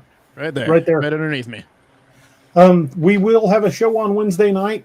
We were already talking about what we were going to be having on the show. We're going to be jumping back more into the expeditions that Robbie has been doing. We're going to talk a lot about that, and I'm going to have some Bigfoot encounters to talk about on the air. Maybe even some Dogman encounters. We'll just have to see what all gets brought up. I'll have to check my files, but we'll definitely have a big show for you guys on Wednesday night. I don't have the show schedule ahead of me, but there will be a show this coming Wednesday and Saturday night. But we do have conventions coming up later this month. Again, I want to thank everybody for joining us. Check out Robbie's channel over on Spreaker. Check out Noah's Twitch channel there. And hope you guys will check out William's channel as well. I posted the link to that in the chat earlier. It's Nighthawk High Strangeness on YouTube. Really great channel. He's got several shows that he does, and they're all really good. So I hope you guys will check all those out, and make sure you guys like, share, and subscribe to the videos here. We are getting very close to 3,000. When we hit 3,000, we're going to do a giveaway. So look, I hope that we'll be announcing more about that as we get a little closer, because we're still about 80 shy of hitting the 3,000. But when we hit 3,000, we'll do a giveaway. And see what David said. Robbie will get the long ones. Yes, he will. He'll get the books. He always gets Cryptid War and Peace. On the bottom of the screen, you'll see the banner for the Patreon community. Hope you guys will check out my Patreon community at patreon.com/DA Roberts Author. You'll be helping to shape the future of the DA verse, as well as getting advanced looks at certain videos like the ones we shot at the cemetery and some of the others that I shot down in Arkansas. You'll also get short stories that'll be there before anyone else ever gets a chance to see them. We're putting a lot of stuff up over at the Patreon community, and I just want to give a big shout out to all my Patreon supporters, because you guys are amazing, and that it is so appreciated. Thank you guys so much. So I hope you guys will join us on Wednesday night. We're going to have another great show for you, and we can't wait to see you. I want to thank each and every one of you guys again for being here with us tonight, spending your Saturday evening with us. I hope each and every one of you have a wonderful holiday weekend. Enjoy that holiday. And again, thank you guys very much, and bless each and every one of you. Good night, everybody. Night, everybody. Night. Good night. Thank you for joining us. Catch us again Wednesdays and Saturdays on DAX Machina. A special thanks to all our channel members and Patreon supporters. Please make sure to like, share, and subscribe.